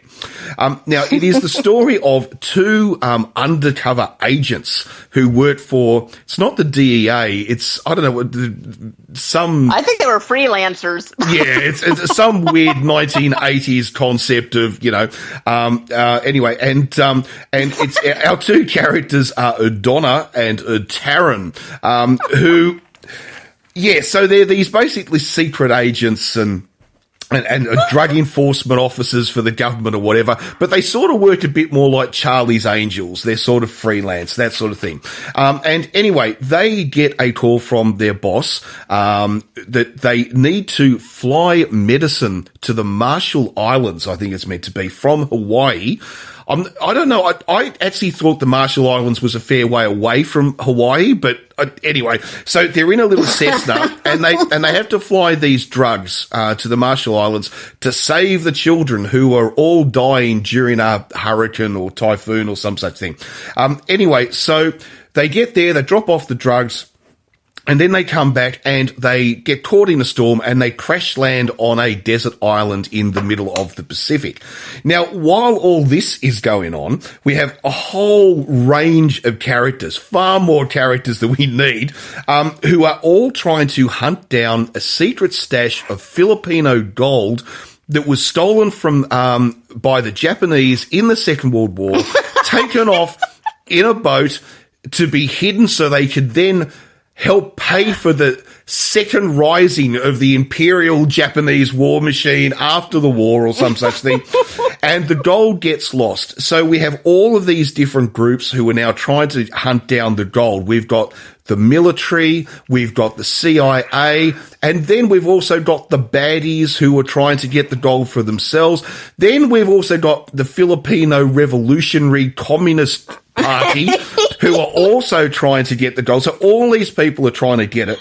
And in the meantime, our two stars, Donna and Taryn, are stuck on the island, which just happens to be the island where the gold is, where, of course, there is also can't believe I'm even going to say this. In 1989, there is a Japanese soldier living on the island who doesn't know the war is over. Yes, they even managed to throw that in. Who is defending the gold from anybody who comes along. All right, that is basically the plot of our film. And it will all, of course, end up in a final bloodbath battle between everybody at the end. What did you think of Savage Beach, Velvet? Oh my goodness.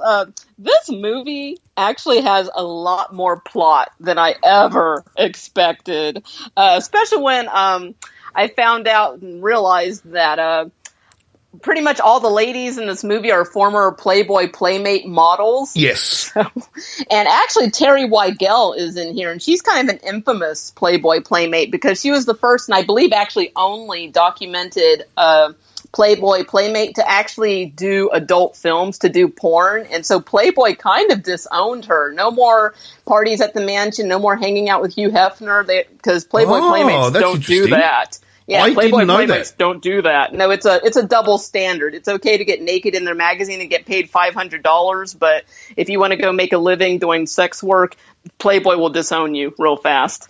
So she was the first one to break away from that. But she's doing what she does best in here, getting naked and, doing stylized sex scenes. And but I actually really like this. I actually had a lot of fun watching this because, first off, like you said, the plot was crazy. I was like, wow. I've never in my life seen so many double crosses in one movie. I know.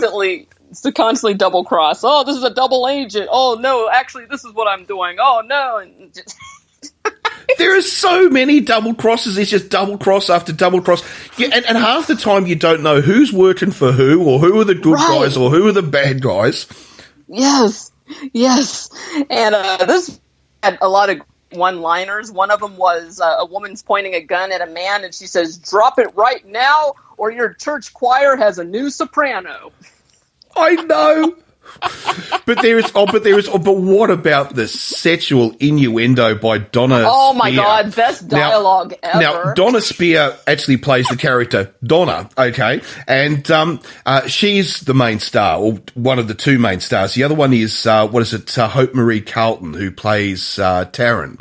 And but anyway, the Donna character is talking to her boss when they're about to get on the plane, and he's showing her all the secret weapons that they're going to take with them. Why they need secret weapons to drop drugs to children on the Marshall Islands, I have absolutely no idea. But anyway, they've got all their secret weapons, and he goes, "I want to show you the size of this gun. It's a huge gun."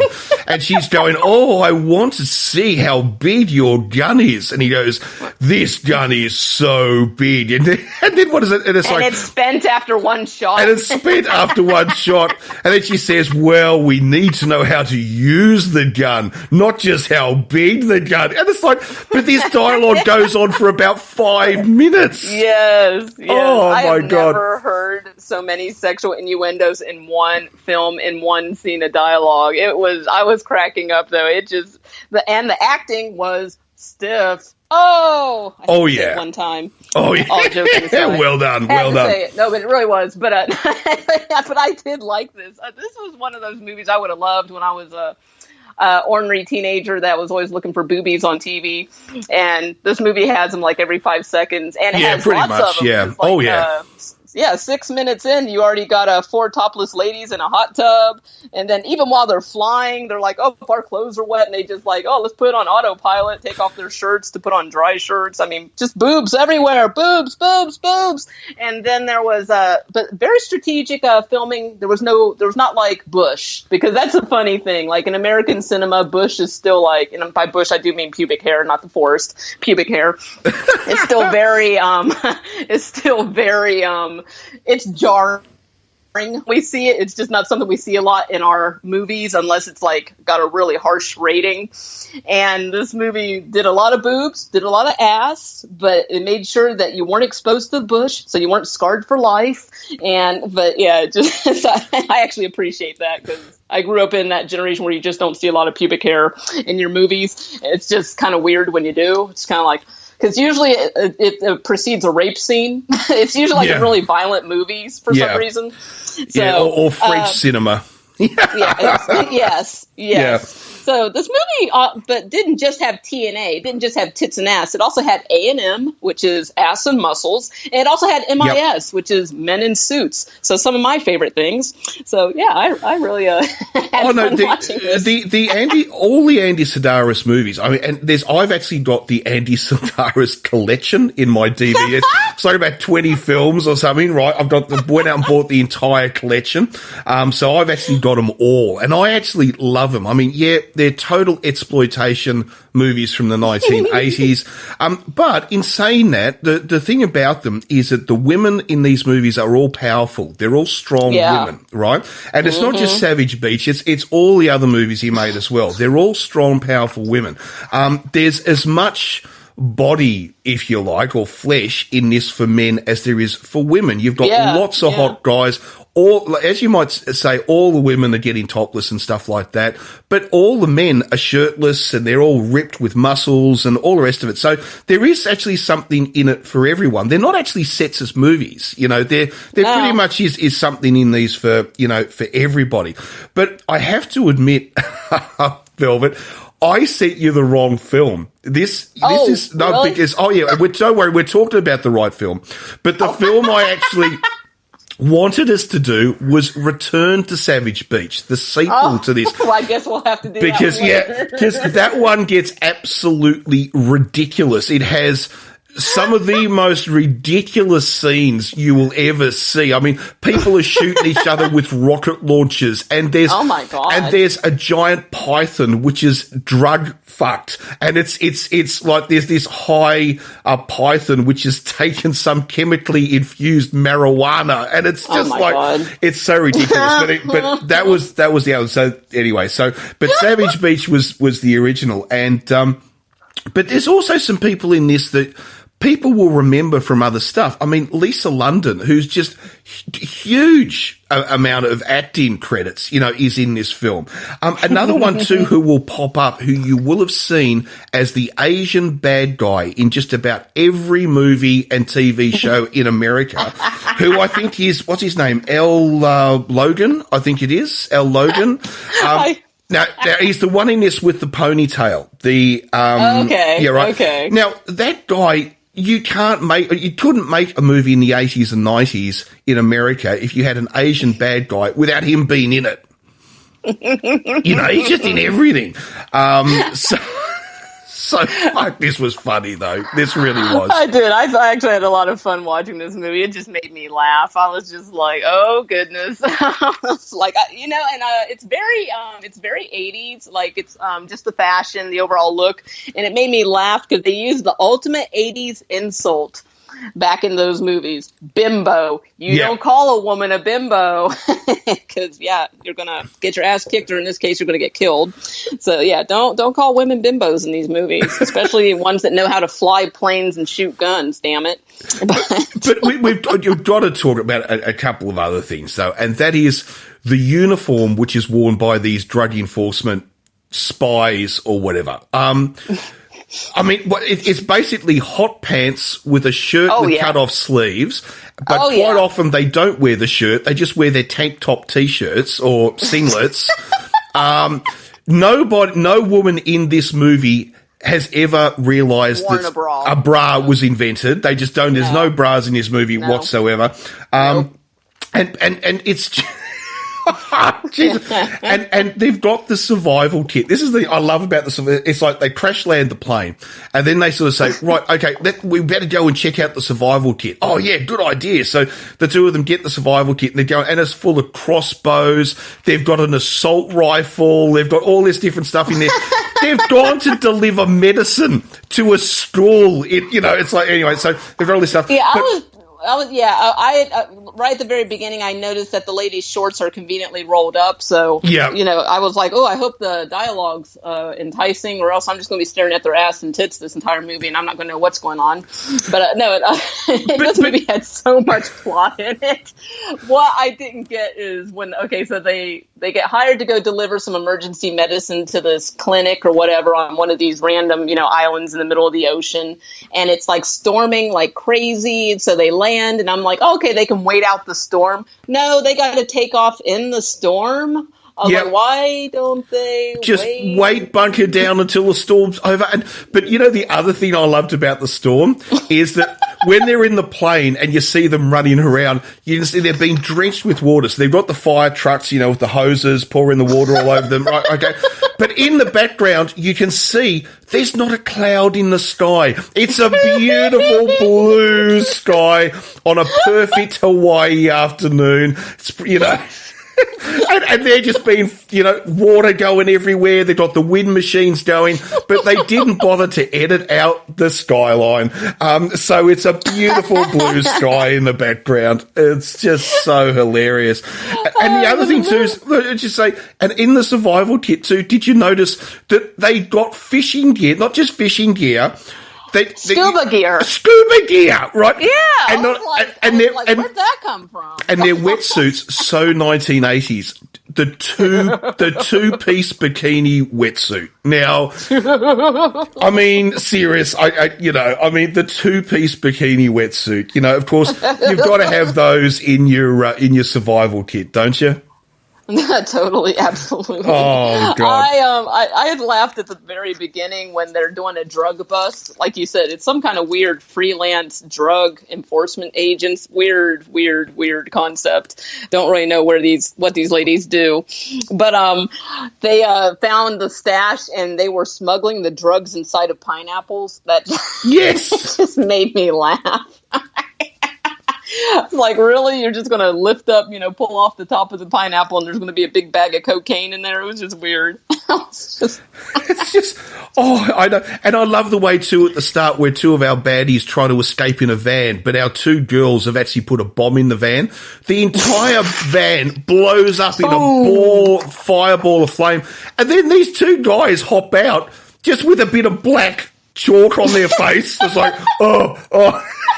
The whole van was engulfed in fire. Oh, my God. It's just hilarious. The suitcase bomb. I was like, dang. Oh, the suitcase bomb. Yeah. Dude tries to open a suitcase and it just, that was a miniature atomic bomb. That was a big explosion for a suitcase bomb. But the other thing too that should be said too is the gold itself, right? That they're trying to hunt down. Now, supposedly what's happened is this is a huge amount of gold which has been stolen from the Filipino government by the Japanese in 1943, and then it goes missing. Now, when they finally find the gold on the island, it's one box that contains, and I counted them. I paused the movie, Velvet. There's 8 bars of gold, right? There's actually 8 bars of gold in the box. Now, if you're ready for this, I then looked up the price of gold. Okay? Right? After this movie was over. So, are you ready for this? Oh, here we go. In 1989, roughly, when this movie was made, those 8 bold bars of gold were worth a total of $1 million in US dollars. In modern terms, 2017, with the price of gold at the moment, which I think is about $1,800 an ounce, US dollars, those 8 bars of gold would now be worth around $4 million. Okay? So $4 million. Okay. Now, you think about it, all the expense these people went to with secret agents and blowing people up and special aircraft and getting fake identities and hiding people here and all the rest of it, right? They probably spent $4 million just to recover the $4 million worth of gold. And then they lost half of it because she found 4 gold bars in the ocean. That's right. Which means at the end they only probably got about $500,000 worth of gold to return to the. God. And it's not just that, right? They're meant to be the good guys, all right? These are good guys. They keep half the gold, right, for themselves. So the poor people of the Philippines get shit, but our heroines get to keep the gold. Now, yeah, that was pretty bad. That was like, oh man, that's not right at all. That was so bad. And there was a little bit of implied animal cruelty in this movie. I always have to point that out. There's something in the bushes, and so they shoot first, ask questions later. Turns out it was a rooster, and she picks up this fake little rubber rooster head. She's like, "Oh, guess we got dinner." And I'm like, "Damn!" But then they go and cook it. Cook it. What's left of it? I know this mutilated killed it with, chicken. Like, semi-automatic. Well, you didn't actually see the rooster; it was all implied. It was all implied. Yeah, I know. I was like, "Geez, Louise." Poor rooster. Oh, and they killed it with like semi-automatic weapons, like machine gunned it to death. But it's just, I mean, has this given you a taste though to watch another Andy Sedaris movie? Absolutely. Next time, I'm just going to fire up a pizza and open up a Diet Coke, and I'm ready to go. This is a Diet Coke and pizza kind of movie. Oh, these definitely are pizza-based movies. These are just so much fun to sit back and watch. But as we said, you know, a lot of people have canned Andy Sedaris because they say he's sexist. His movies are really sexist. And no way. I say to anybody, watch Savage Beach or watch any of his movies. They're not sexist at all. Yeah, there's lots of female nudity, but there's lots of male nudity in them as well. The women are all, you know, they're purely just for their looks rather than their acting ability, but so are the men. It's absolutely no different. You know, the women are always powerful women, you know, in these movies. And it's all of his movies. They're always powerful. So, you know, these are not sexist. You can sit back and watch these and you will laugh and laugh and laugh and perv and perv and perv, and you will just have a great time. And you'll just love all the 80s shit that's in them too, you know? Yeah, definitely. And also, I like these kind of movies because it shows how much fashion changes and also body types. Like, these women in this movie are like the epitome of 80s beauty, and the body types have changed a lot from, you know, what we consider beautiful now. And also, like, I have to admit, I was like fascinated by their natural breasts, because I'm like, oh wow, yeah, this is when Playboy Playmates had natural boobs. Yes. Yes, I know. And that's the other thing too about it, you know, like you're saying, I mean, you look at the women, the men haven't changed that much. I mean, muscled men are still muscled men, I would argue. I think you're right. Yeah. But women especially is you look at this movie and a lot of them are quite hippie. Now you wouldn't get that today. Women have got to be now dead straight.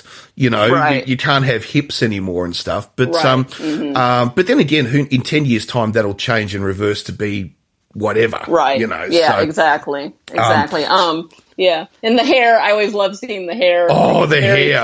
It's free flowing, and they're just kind of, comfortable in their own skin. This is before everybody starts straightening curly hair and use a ton of product. And, even like the monotone hair color, because a lot of them have kind of like just the natural highlights from just being out in the sun and stuff. So it's interesting to see how that changes through time. Oh yeah. It's look, I really, really enjoyed this, and I had fun with this. And I think after the fact that I'm so glad, Velvet, you actually like this, because I'm a big perv. Yeah, I think we have to do another Andy Sedaris one, and maybe what we should do next is return to Savage Beach, because definitely that one will get a lot of the same actors who are in this one are in the next one.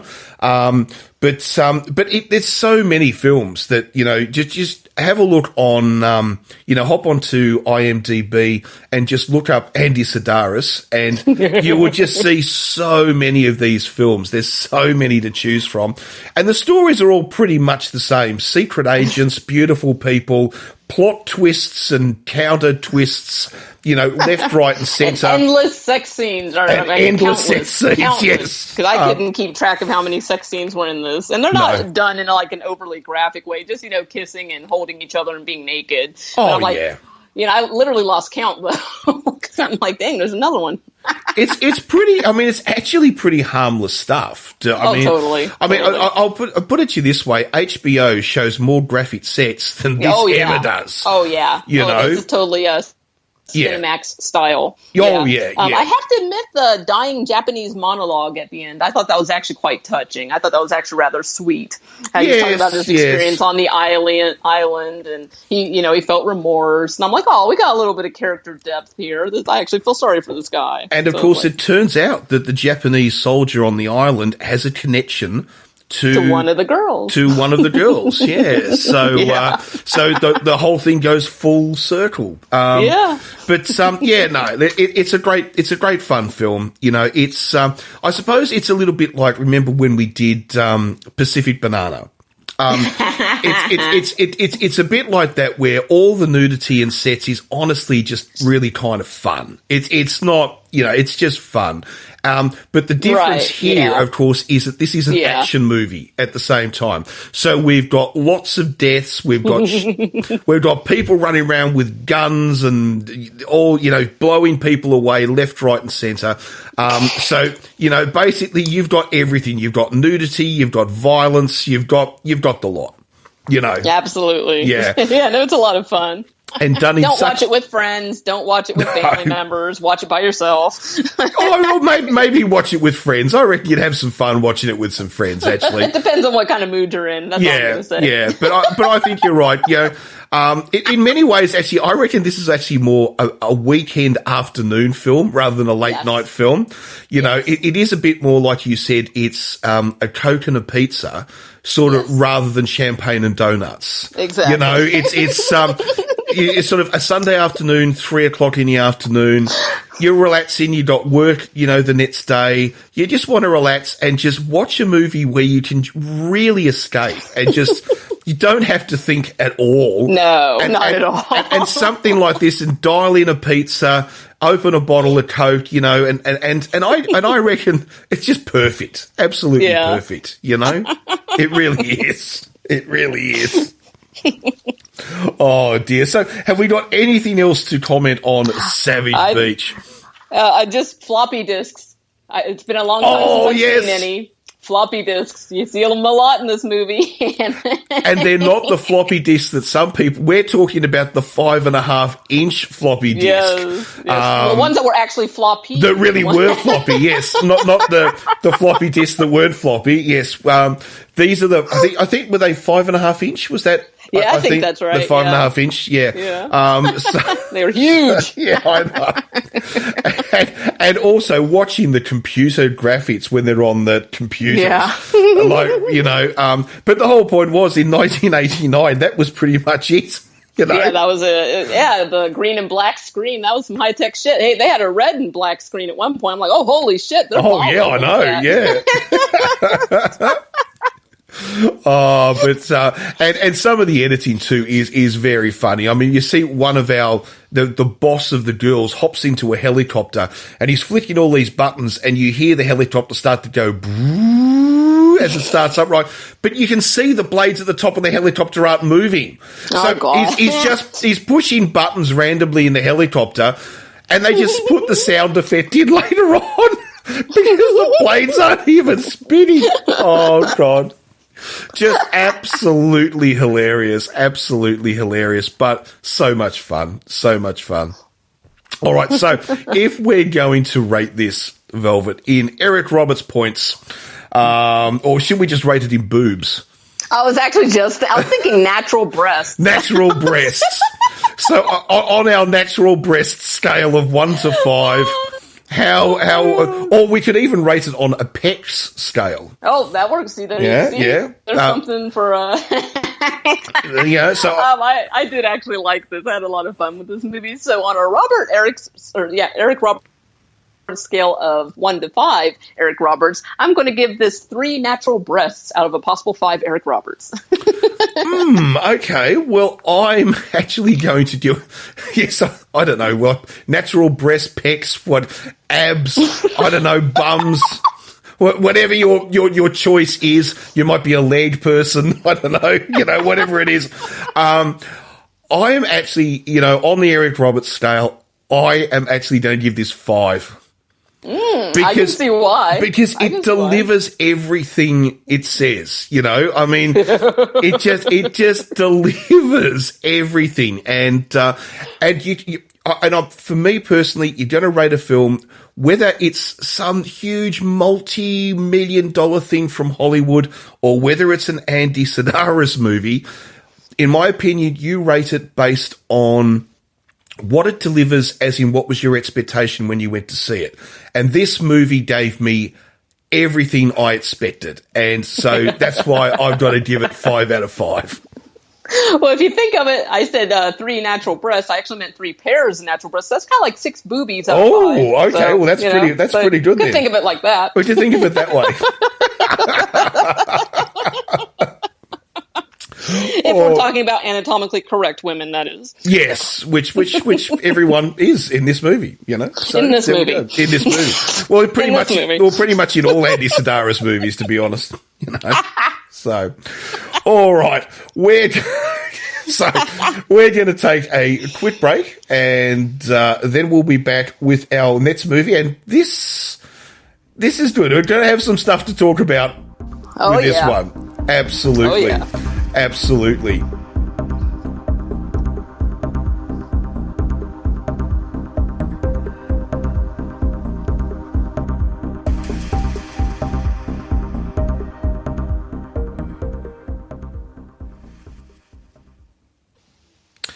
Well, we're back with our last movie for the podcast, and this is it's interesting. I think some people are going to say love it to death, and some people are going to just say hate it to death. But financially, this was a big success, and we are talking about Clash of the Titans, but we are not talking about 2010. We are talking about the movie made in 1981. But we wouldn't do the 2010 version, not on this show. No. We're talking about the 1981 original. So I suppose kind of fits in well with what we were talking about originally. So it's kind of cool. Now, it was directed by... We've come full circle. Yes. Now, it was directed by Desmond Davies. But one of the things about this movie, apart from the cast, and okay, this is another story in its own, but one of the amazing things about this movie is that it was co-produced by Ray Harryhausen. And we've spoken about Ray Harryhausen before. And, of course, he also did the special effects in this movie. Now, I don't think we need to go through who Ray Harryhausen is again. I think we've covered him enough times on this show. Just say stop motion animator genius. Yeah. A man who is just, was, he's obviously passed on now, but so respected in Hollywood for his special effects especially his stop motion. But no, this film actually did pretty well. But we'll get to that in a minute. In a moment, you can guess that I'm actually stalling trying to explain this movie because fuck me, it's complicated. All right, now. Okay, would you like me to try? Well, I can give it a go if you like. I'll give it a go. All right, no, go for it. I think you've prepared for it. Okay, so here we go. Now, it is, of course, basically loosely, and I would say loosely, based on, of course, the ancient Greek story of Perseus. So for anyone who knows their Greek literature, they will know of the story of Perseus. Now, it roughly follows this. Now, it wasn't called Perseus, though. It was called Clash of the Titans. Now, it tells the basic story of Perseus. Now, Perseus is, of course, the son of Zeus and a woman called, I've forgotten his mother's name now. His mother's name was Danae. Danae, okay. So he's half god, half human. Now, the man that was married to Danae was actually King, Acrisius, I think it is. No, actually, that's supposed to be her father in this movie. He's punishing his daughter for getting pregnant out of wedlock. Yes. Okay. So there's so much to remember here. Okay. So pardon me when I get this stuff wrong. Velvet's here to correct me. Okay. So anyway, so they get basically sent off to sea to be killed. Zeus decides that he wants to save them because, of course, it is his son. Because, of course, he doesn't really have any sons. Even though he's married to another god, who, of course, now Zeus's wife is actually, I can't even fucking remember anymore. Hera. Hera. Wasn't it? Was it Hera? No, it was Thetis. Isn't it Thetis is Zeus's wife? Oh. You're right. But Thetis, she also has a son as well, who is called Calbios. Right, okay. Now, okay, so Zeus then turns Calibus into a hideous creature, and then basically sends Perseus off when he grows up to become a man on a quest, if you like. And he will then fall in love with the ex-girlfriend of Calbios, which now and her name, of course, is Andromeda. That's right, isn't it? Andromeda. So yes. Okay.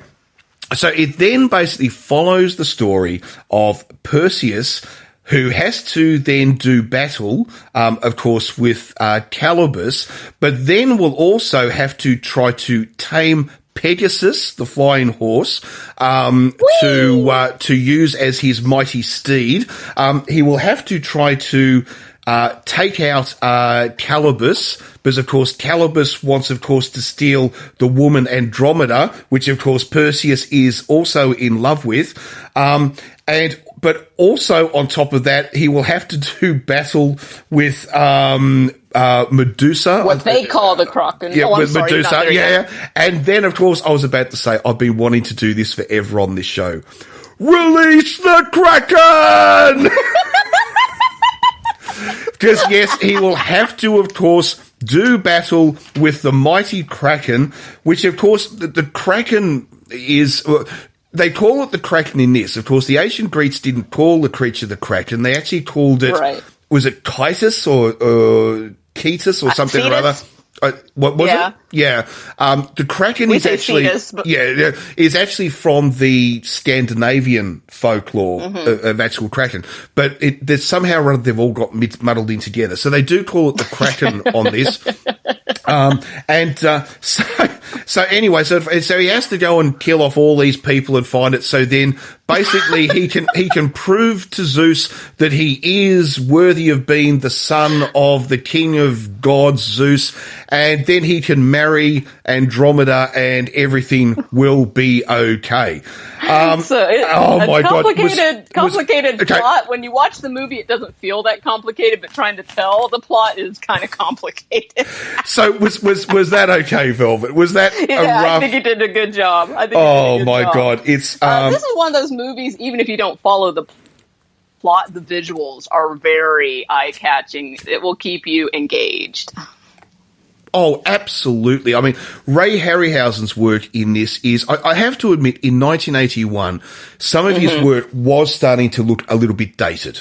It would have to be said, but it's still pretty amazing. The stop motion that is done in this for all of the creatures, whether it be Medusa, Pegasus, whether it be the Kraken, or whether it also be is Calibus, for instance, because Calibus is all done by stop motion. Although his face is the real actor, I've forgotten the name of the actor who played him.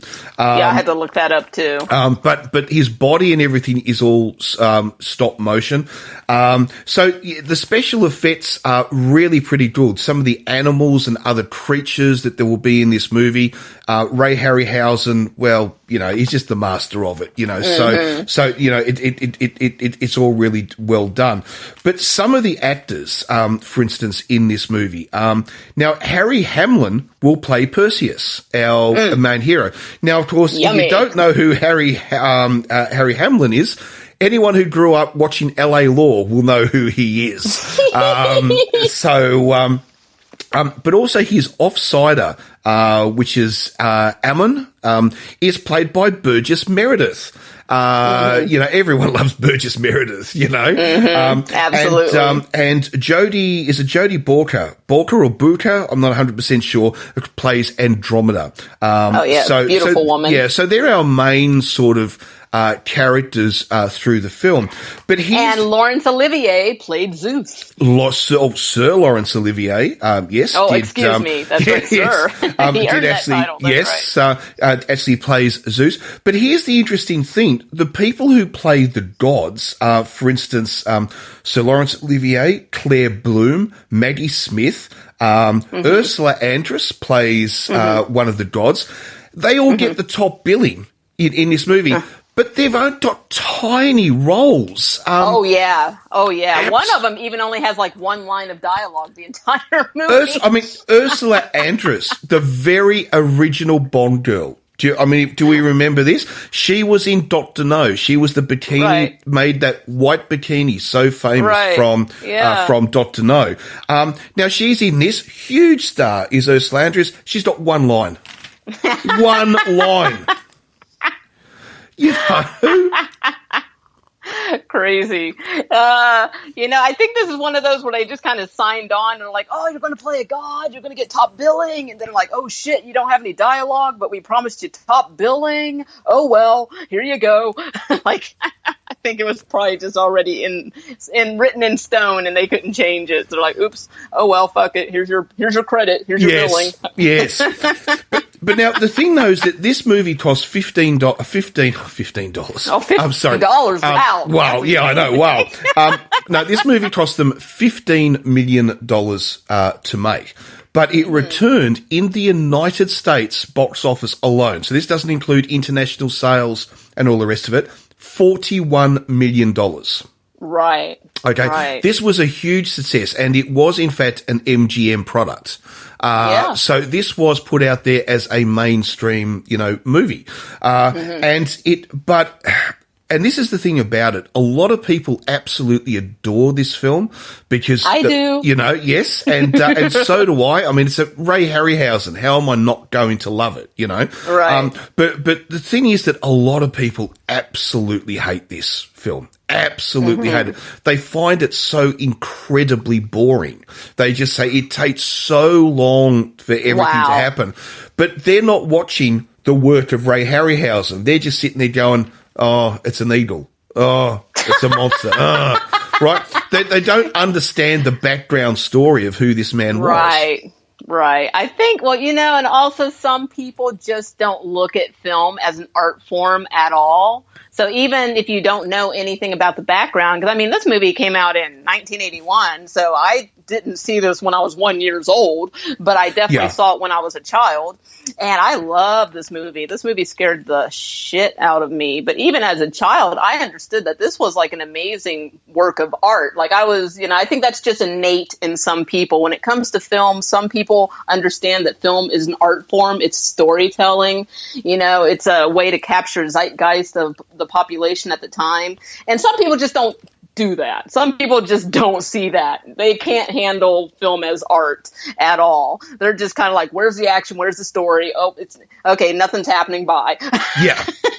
Yeah. I mean, do not expect when you watch the 1981 version for it to be anything like the 2010 version Clash of the Titans. You know, this is not the CGI fucking giant monsters and all the rest of it. You know, this is different. This is, I actually think, and I was just going to say, even though we said at the start that this is basically the story, the Greek story of Perseus, but it's actually, even though it's doesn't really truly follow the story of Perseus as in the way it was written, right. Would you think this is still closer to the story than the 2010 movie? Definitely. This is, this is one of those movies where it definitely has Greek mythological elements, but really, I think I consider this more of a fantasy movie, more of a fantasy genre. And some people get caught up on, oh, well, it's not accurate about all the Greek mythology. And it's like, no, it's not. I mean, the names, the characters, and they're taking monsters that aren't even part of Greek mythology and making them part of Greek mythology in this movie. But really, this movie doesn't focus on being Greek, or being about Greek mythology. It's a fantasy film, I think. So if you look at it that way, I can definitely excuse the, so-called inaccuracies. And I also wanted to mention, you mentioned the storytelling. I agree. This is very much an 80s style of storytelling, which I can't quite put my finger on it, but you described it well. Like you said, it's not so much that it's slow, because I don't think the movie's slow at all, but the storytelling's very detailed. Yes. And it's not a case of, well, we want to make sure the audience understands because we know you're stupid, so we want to explain everything. It's not like that, but it's a very 80s style of storytelling where it's very detailed, and they're really letting you know the background and why people are doing stuff. And it's very different from today, where everything's either spoon-fed to you and it's done really fast because they're afraid if they go slow that you're going to lose interest and stop watching the movie and give it a rotten tomato, But I actually love this story. I love the way it's told. I love the style of this film. Oh yeah, and yeah. But one other thing I have to say is that it's full of all the all the old religious overtones, whether it be, in this case, obviously it's Greek religion, but this would all get transferred through every religion I think that's ever existed, and that is, I just gotta love the way that Zeus decides that the way he's going to deal with King. King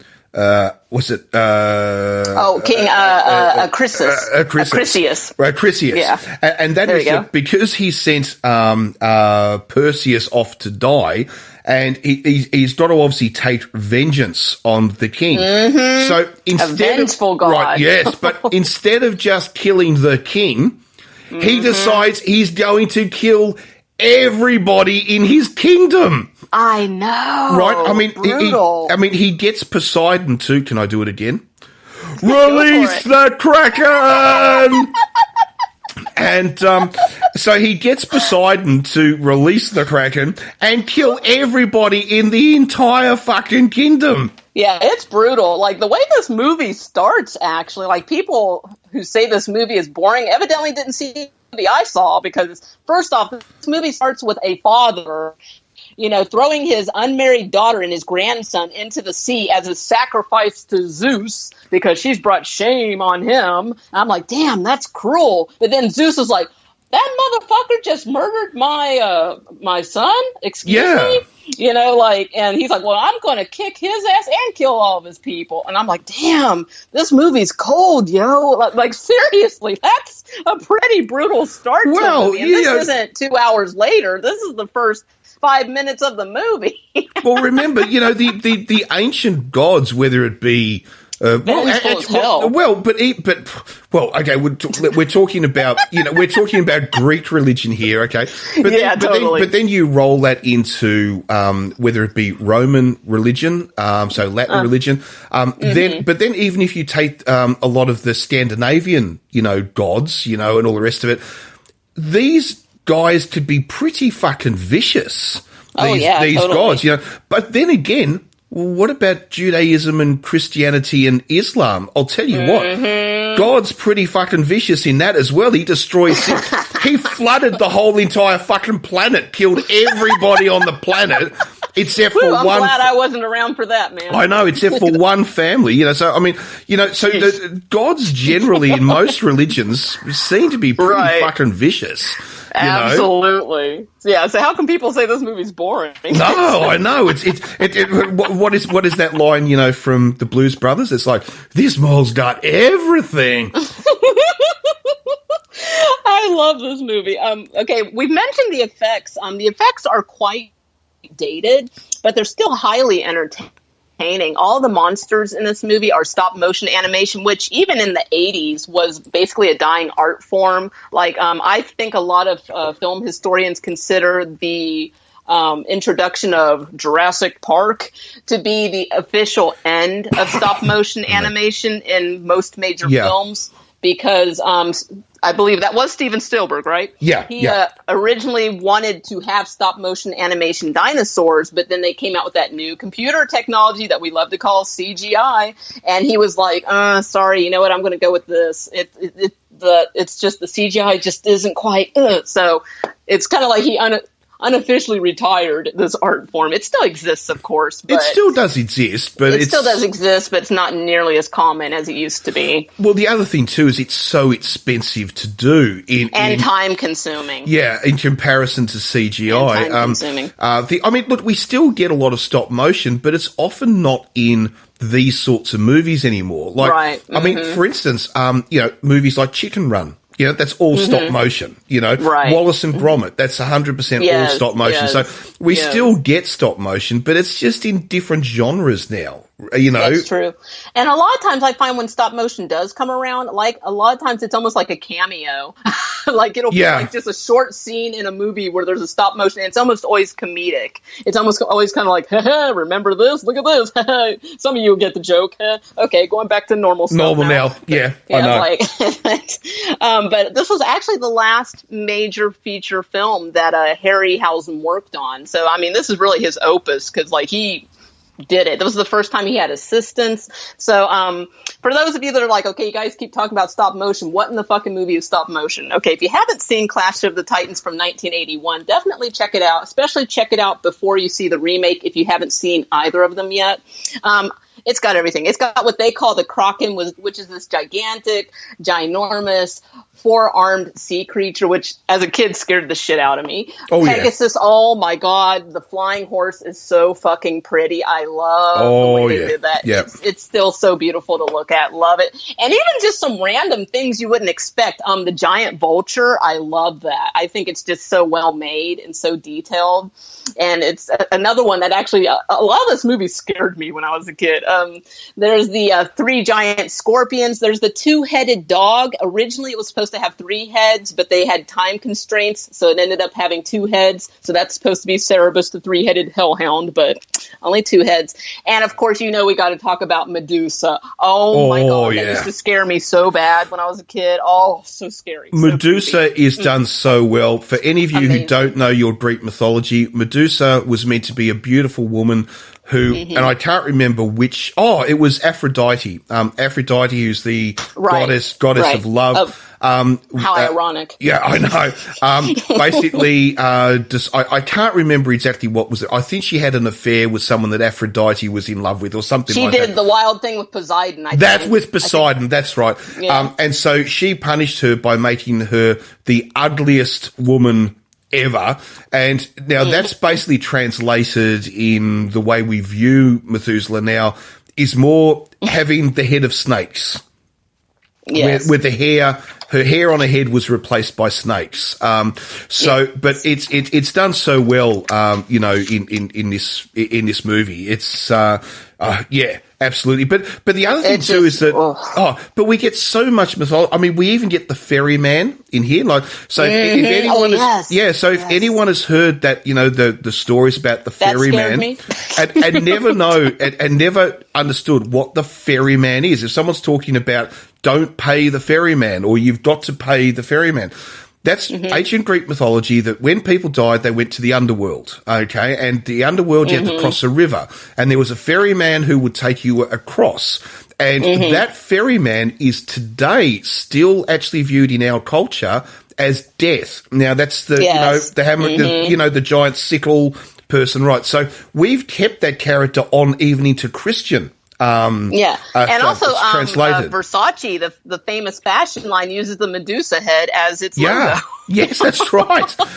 So a lot of this is all sort of later on, but that's not actually all that surprising because Greek mythology was copied by the Romans, and then the Romans, of course, invented Christianity.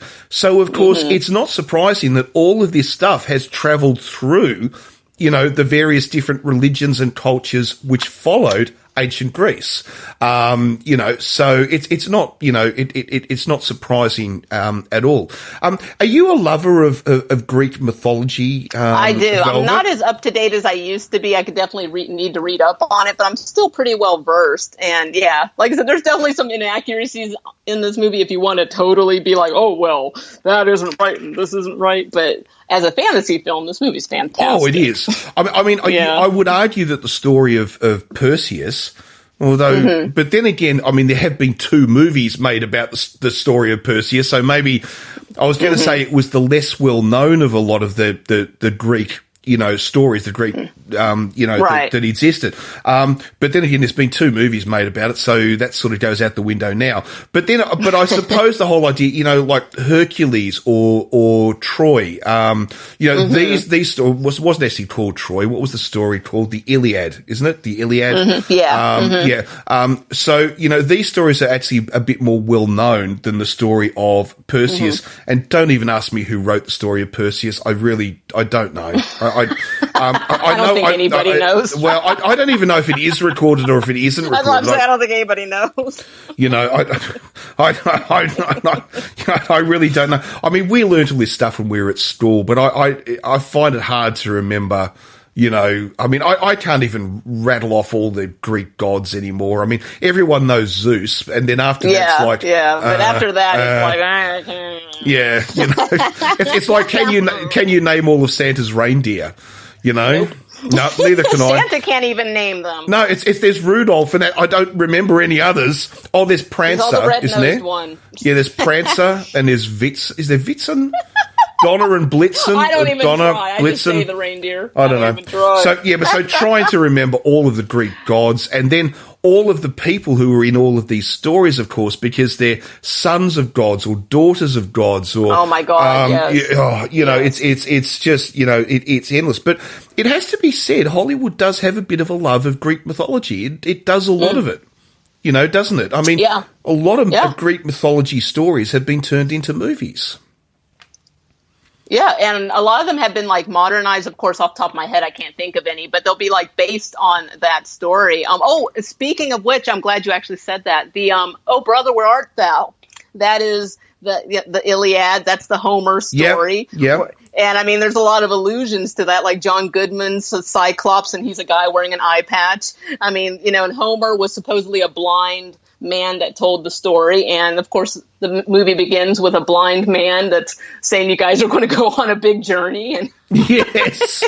It's really interesting when they do that. And if you don't know your Greek mythology, you're not missing out. I don't mean you shouldn't know, but I'm saying you can still watch these movies without knowledge of these Greek mythologies and still enjoy it. But then later you'll be like, oh shit, I didn't know that's what they were referring to. Oh, that's cool. Oh, now I can catch the Cyclops as John Goodman and blah, blah, blah, all that stuff. Yeah, look, everybody knows a bit of Greek mythology. They know who Zeus is. They know that there were gods that lived on Mount Olympus, and and honestly, if that's all you know, that's enough. That's enough. You don't have to be fluent in mythology to watch this movie at all. No, as long as you know that, and 99.9% of people know that much, so that's enough to watch it and enjoy it. And then if you watch it as an adventure story, then it's absolutely fantastic. This movie has something for everybody. I'm sorry, I just wanted to throw this in real quick. This movie actually does have something for everyone because it is a mixture of romance and adventure. And I mean, I was still swooning watching this movie so many decades later. Because first off, Harry Hamlin as Perseus is a heartthrob in this movie. Very handsome man. Yeah. This is the only man on the planet who can use a helmet from the gods that makes him invisible and sneak into your room while you're sleeping, and it's not creepy. Yes, I have to admit, you're right. You're 100% right. And actually, it's very romantic, but there's still so much action and adventure that, men and women love this movie. I mean, there's a beautiful scene in this movie where he's fallen in love with this woman that he's watching sleep, and he says, "I've found my destiny." And I'm like, oh, every woman on the planet wants a man to look at her and say, "I've found my destiny," and he's talking about you. I mean, oh my God. And you say you don't like rom-coms. You know what? It had monsters and adventures. Ah, okay. So we put a monster in a rom-com, you'll be happy. Because he's saving her from the monster. There you go. Ah, there you go. There you go. And plus, she's actually the princess in this. I actually like the princess character in this movie because a lot of times the damsel in distress is the damsel in distress, but she's kind of strong. I mean, she's kind of limited because, she's a princess, so everything's taken care of her. But at the same time, she speaks up and, she doesn't like seeing people die because they want to marry her and they can't. And she doesn't like, being told what to do when she has a little bit of power. And I actually like the princess character in this movie and that she accepts death. Like if this is what I have to do to save my people, I will die for my people and be a sacrifice to the monster. I mean, I actually really like this princess character. She's a strong character, actually. She is, which is interesting. I'm trying to think back now. I mean, you don't often get a lot of really strong women in Greek mythology, do you? Or don't you? I mean, yes and no. And when you do, they're really fucked up because there's Medea, which she murdered her children just to spite her husband who ran off with another woman. I mean, usually they're pretty fucked up when they're powerful. Yes, yeah. So, well, women. I mean, and this one was nicely balanced. This woman was well balanced. Well, it's also kind of crazy when you think about it because when all these stories were written originally, of course, we talk about the birth of democracy because, of course, ancient Greece, as in, well, we should actually say the Athenian Greeks, was that birth of democracy that the men would all get together and they would vote, for their leaders and all the rest of it. And they would have the way their armies worked, people would do their time and rotate and you think yourself, that's very democratic, very modern thinking. And then we forget, but they still had slaves and women weren't allowed to vote. So they weren't, they were getting there, but they weren't quite they there yet. Some work. They weren't quite there yet. But the thing is that actually full of great characters. Oh, I'm sorry. Go on. Oh, no, yes. But I was just going to say, and that's the thing. And although we haven't mentioned it or we sort of, stepped on it, it's like, a lot of people, will have seen the movie Troy with Brad Pitt and all the rest of it, and they think about, Greek mythology and so forth. I just need to say to some people out there, because I know for some fucking reason this still exists, Troy is a story. It's made up mythology. It is not fucking history. Okay? How many times do you find this when anyone talks about the siege of Troy? You have to explain it wasn't a real fucking place. It was a story. I'm so sick of having to explain that to people. Oh my goodness! People who think it was a real event. Oh God! This movie's full of all kinds of great characters, though. To be honest, first off, let's talk about Calibus because one thing I used to feel sorry for this character when I was a kid, and I realized as a kid watching this movie, I didn't understand a lot of the story because I didn't have the vocabulary yet, which is something you don't realize until you get older and you watch a movie. Because I was like, oh wow, this is there's a lot of this I didn't catch just simply because I didn't even have that vocabulary yet. So, but I was just like, so I didn't even realize until when I was watching this when I was older why Calibus got in trouble. I never understood why he got in trouble. I knew he got in trouble with Zeus, and Zeus is like, well, I'm going to deform you and turn you into this monster so nobody will ever want you. But then I found out why Zeus did it. Because Calibus, this motherfucker, was going around hunting all the flying horses to near extinction, and now there's only one left. Zeus should have deformed his ass sooner. Come on now. Well, no, I agree. Calibus got what he deserved. I mean, he was totally. the Eric and Donald Trump Jr. of his time. He was out there hunting wild animals. When, yes, it's a political statement. Stop fucking shooting elephants. All right. Right. Sorry. Yes, totally. Stop fucking hunting African wild animals. I agree. Yeah, and I agree. But so he was doing the same thing. He was, killing off all the flying horses, and so Pegasus, of course, is the last one left. He was a pretty horrible character. And it was interesting the way they kept going back and forth between using a real life actor and then every time they wanted to show him as a monster and show his deformity, he has a swinging tail. Harryhausen steps in again with his awesome stop motion animation, and this was another motherfucker that scared me. Every monster in this movie scared me when I was a kid. I just thought they were so horrible looking, so scary, and I felt so sorry for this princess that this Calibus guy basically makes her soul sleepwalk every night to come visit him. I'm like, oh my God. First off, couldn't you book a hotel, book a, restaurant? You keep taking her to this gross ass swamp with these yucky henchmen, and there's alligators and there's a giant vulture. And well, I think the idea is meant to be he can't leave the swamp. Isn't that meant to be the whole? Yeah, exactly. I'm joking. Yeah, I know. Yeah. It's like, ever heard about dinner and a movie first? It's like exactly come on now. Yeah, you got to kidnap her soul every night. But also I love the owls. There's another piece of stop motion. One of the characters I mention is there's this beautiful owl in this movie that one of the goddesses has, and long story short, you got to see the movie, but she makes a gift to Perseus to help him on his journey, and they make a little mechanical owl named Bubo, who is absolutely adorable. I knew you were gonna love the owl. I love Bubo. Yeah. And he's a badass little motherfucker. He's a brave little owl because he's buzzing around the vulture's head like a fly, and then later he's buzzing around the kraken's head like a fly, and then he even retrieves Medusa's head from the sea. He doesn't get enough credit. He's a brave little mechanical owl. Oh yeah. And he actually makes a cameo. The actual stop motion Bubo, the actual original one they made, makes a cameo in the remake, in the 2010 remake. And I'm like, Bubo! Yes, so. Yeah. It's, no, look, this is... often you get to see a stop motion creature make a cameo in a remake. Yeah. I know. No, look, this is a really, a good film. And if you like these, sort of, especially these mythology sort of movies. Doesn't just have to be Greek. I mean, there's a lot of Egyptian mythology movies that have been made. But if you like this style of storytelling, if you like, this is a good one to check out. I think I really, really do like it, and definitely it gets my thumbs up. And I just can't. And the other thing too that I found when I was watching it is I started to remember the Greek characters from when I was at school.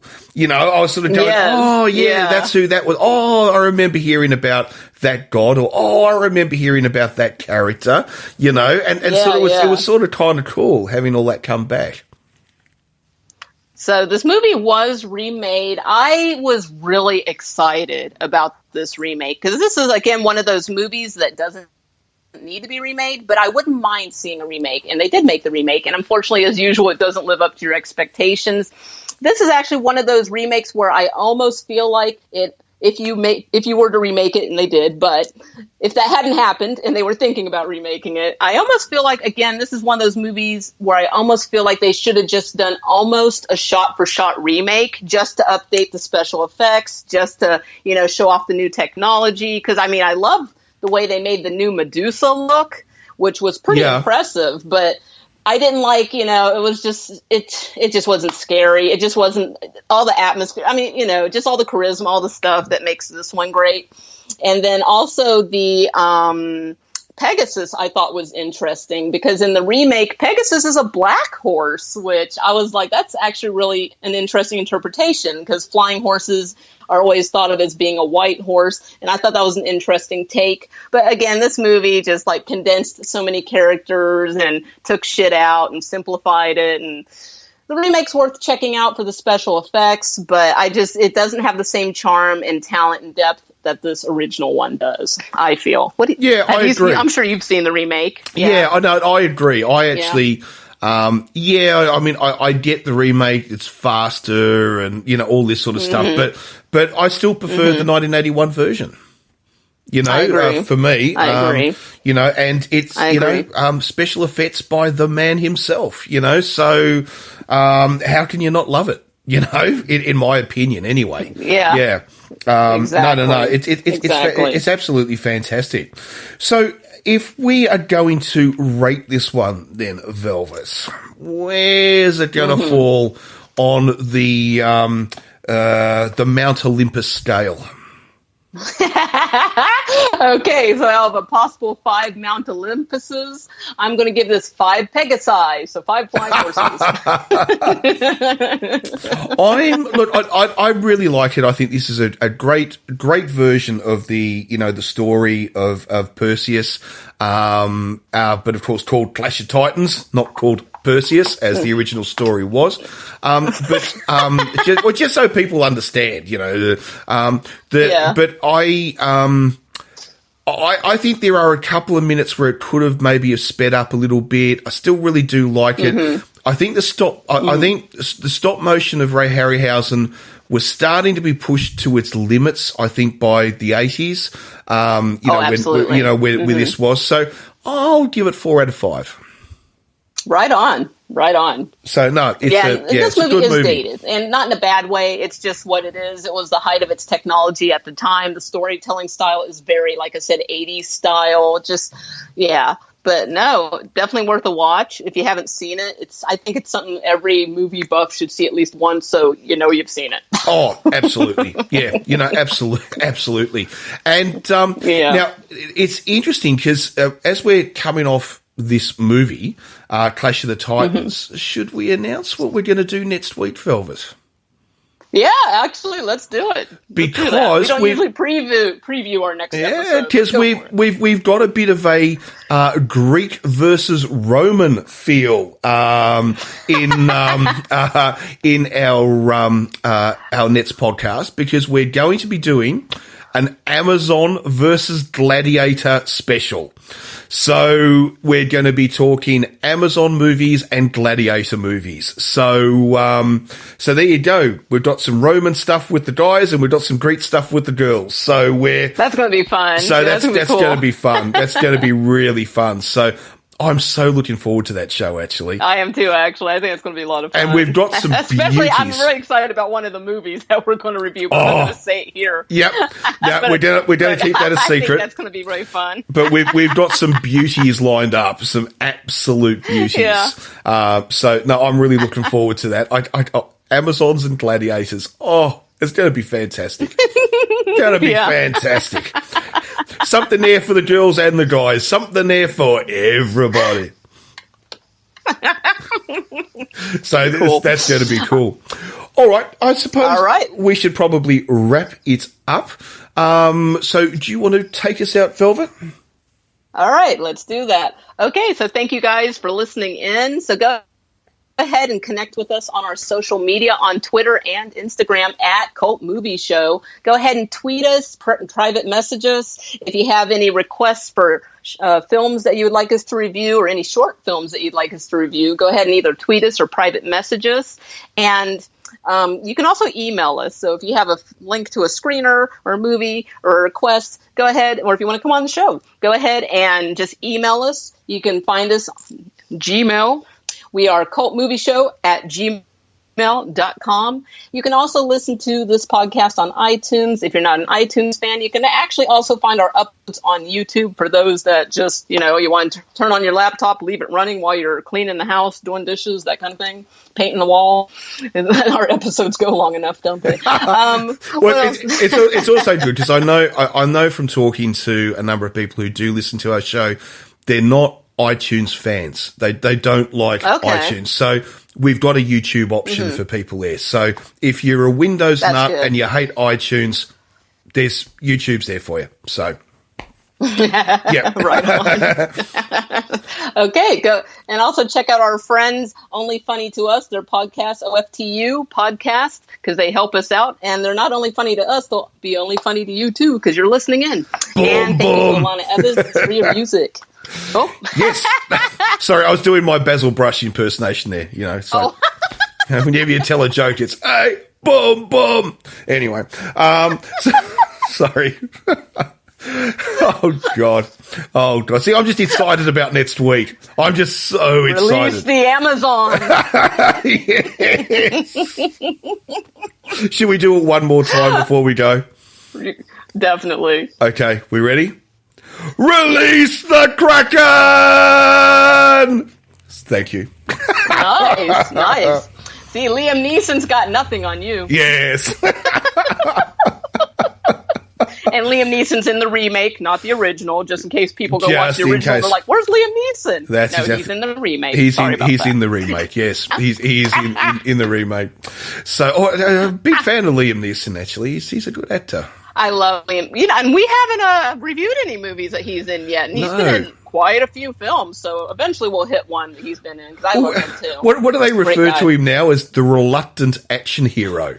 It's like he didn't start off doing action films and then suddenly just developed into an action movie icon. It's kind of amazing, One of the first movies I remember seeing him in was, I always forget the name of this dumb movie. Was it Ethan Frome? Is that what it was called? The movie where he falls in love with his cousin and they can't be together because it's his cousin, so they decide to commit suicide together, so they ride a sled into a tree and it just cripples them both. I hated that movie. I haven't seen that, to be honest. I'll be honest. It was a book. I don't know why our teacher made us read this in high school. It was one of my English classes. She made us read this book, and then she's like, and there's a movie. And then we watched the movie in class, and we all died laughing when they hit the tree and, the sled went flying. And she wouldn't let us watch any more movies for the rest of the semester as punishment for laughing. What's a bit like, like all students, we all had to oh God, we all had to suffer through, Shakespeare. We all had to do Shakespeare at school, right? And right. And there's always at least one Shakespeare we've got to do each year. And I remember one, I don't know, we would have been 14 or something like that, and we were doing Macbeth.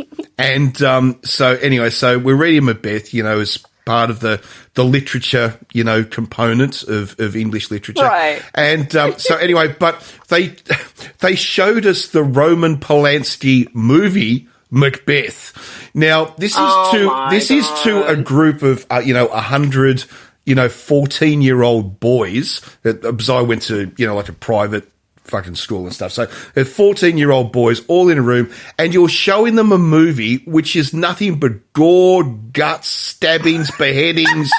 It's a Roman Polanski movie, right? And you show them this to 14-year-old children. Best class. Oh my God. Yes, it's like, oh God. You guys were just cracking up like, my God. Couldn't fucking believe it. It's like, why if we're getting shown a Roman Polanski movie? We're all 14. Jesus. I just sent you a link. It was like one of the jokes was I remember we had to do, I think it was Heart of Darkness one year, and there was the pin joke. It's like, oh yeah, fuck, they're going to show us Apocalypse Now. You know, it's like it's fucking rated R for adults, man. Go and show 15-year-olds. Oh my God! Go and show 15-year-olds Apocalypse Now. You know, I mean, oh god. That's crazy. Eventually we're going to have my one of my co-hosts from my other podcast on Mac, and he's got a great story about the time they actually switched out the movie in the VCR player in class with a porno. And the teacher didn't know. That's brilliant. Oh, you got to let him tell that story. I think I was cry laughing when he told me. I was like, oh my God, kids are so rotten. Oh. And nobody snitched. He said nobody snitched. Everybody knew who did it and nobody would snitch. I've got they were a band from movies for a while too. I have to admit, I know not everyone has happy memories of their school days, but I actually am one of those few that do. I actually really enjoyed my time at school. School. I love it when he told that when the porno started, all the girls went ew, and all the boys went yeah. I was like, yeah, that sounds about right.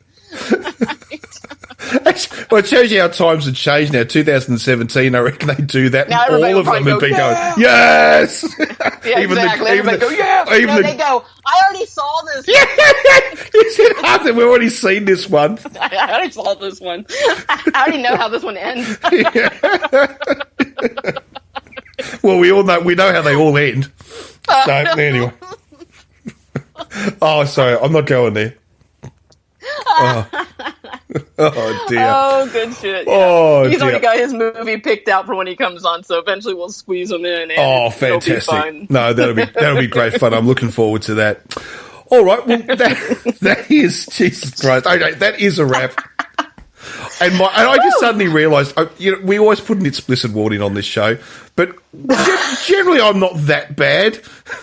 I honestly, I've lost count of how many times I've sworn on this particular show. So anyway, who cares? I don't think the cussing's so bad. I think it's just some of the subjects that we go into, because I mentioned hot poker rape, and then you had your commentary about that. And, oh, God. Well, we didn't mention that this episode. That was the last episode. Do you remember when we did, wasn't Creature X, or the creature from beneath the sea? Black Lagoon? It was a Black Lagoon. But weren't we talking about monster jizz? Yeah, that was the eye creatures. That was right. The creatures from the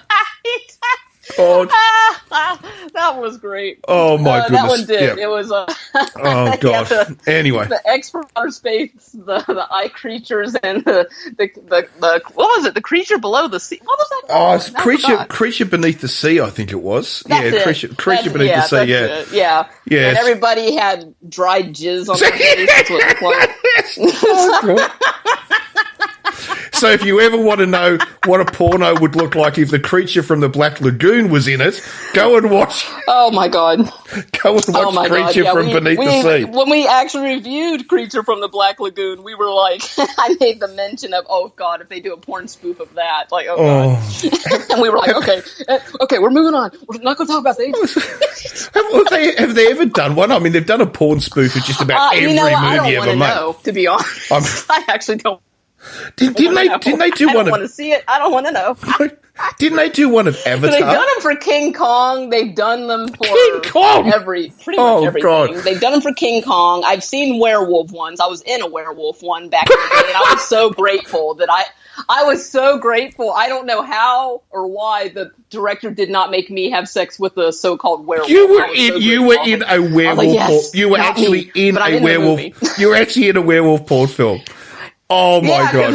Because the girl starts having sex with the guy, and then it was funny because they kept stopping and adding more makeup to him, so he transforms into a werewolf. And when he ejaculates, he howls. And he's like a full-blown werewolf. Oh God! What was that called? I was like, oh, I'm so grateful I'm not in that scene. Thank you, God. Jesus Christ! What was that called? Do you remember? Or yeah, it's one of my favorites. It's called The Beast. The Beast. Oh, God. One of my favorites, actually. I love it. Oh, my God. Oh, that's fantastic. Oh, God. Oh, Great title. Well, that's probably a good point to leave it on. Absolutely. Yeah, if you're still listening at this point, thank you for your support. And yes. Go ahead and hit us up on Twitter. Say hi and let us know what movie you'd like to hear us review next. Absolutely. And no pornos. No, Movies, they do not not. Adult films. We joke about that. But we are not going to review porn films. All right, so don't even bother sending those in. All right, don't even bother. No, please don't. No. Okay. So, all right, this was podcast 39. Yes, of the Cult Movie Show. So we'll be back with number 40, our Amazon and Gladiator special next week. So, thanks for listening in, and thanks, Velvet, as always. And thank you. And we will be back next week. Excellent. Talk to you guys soon. See ya.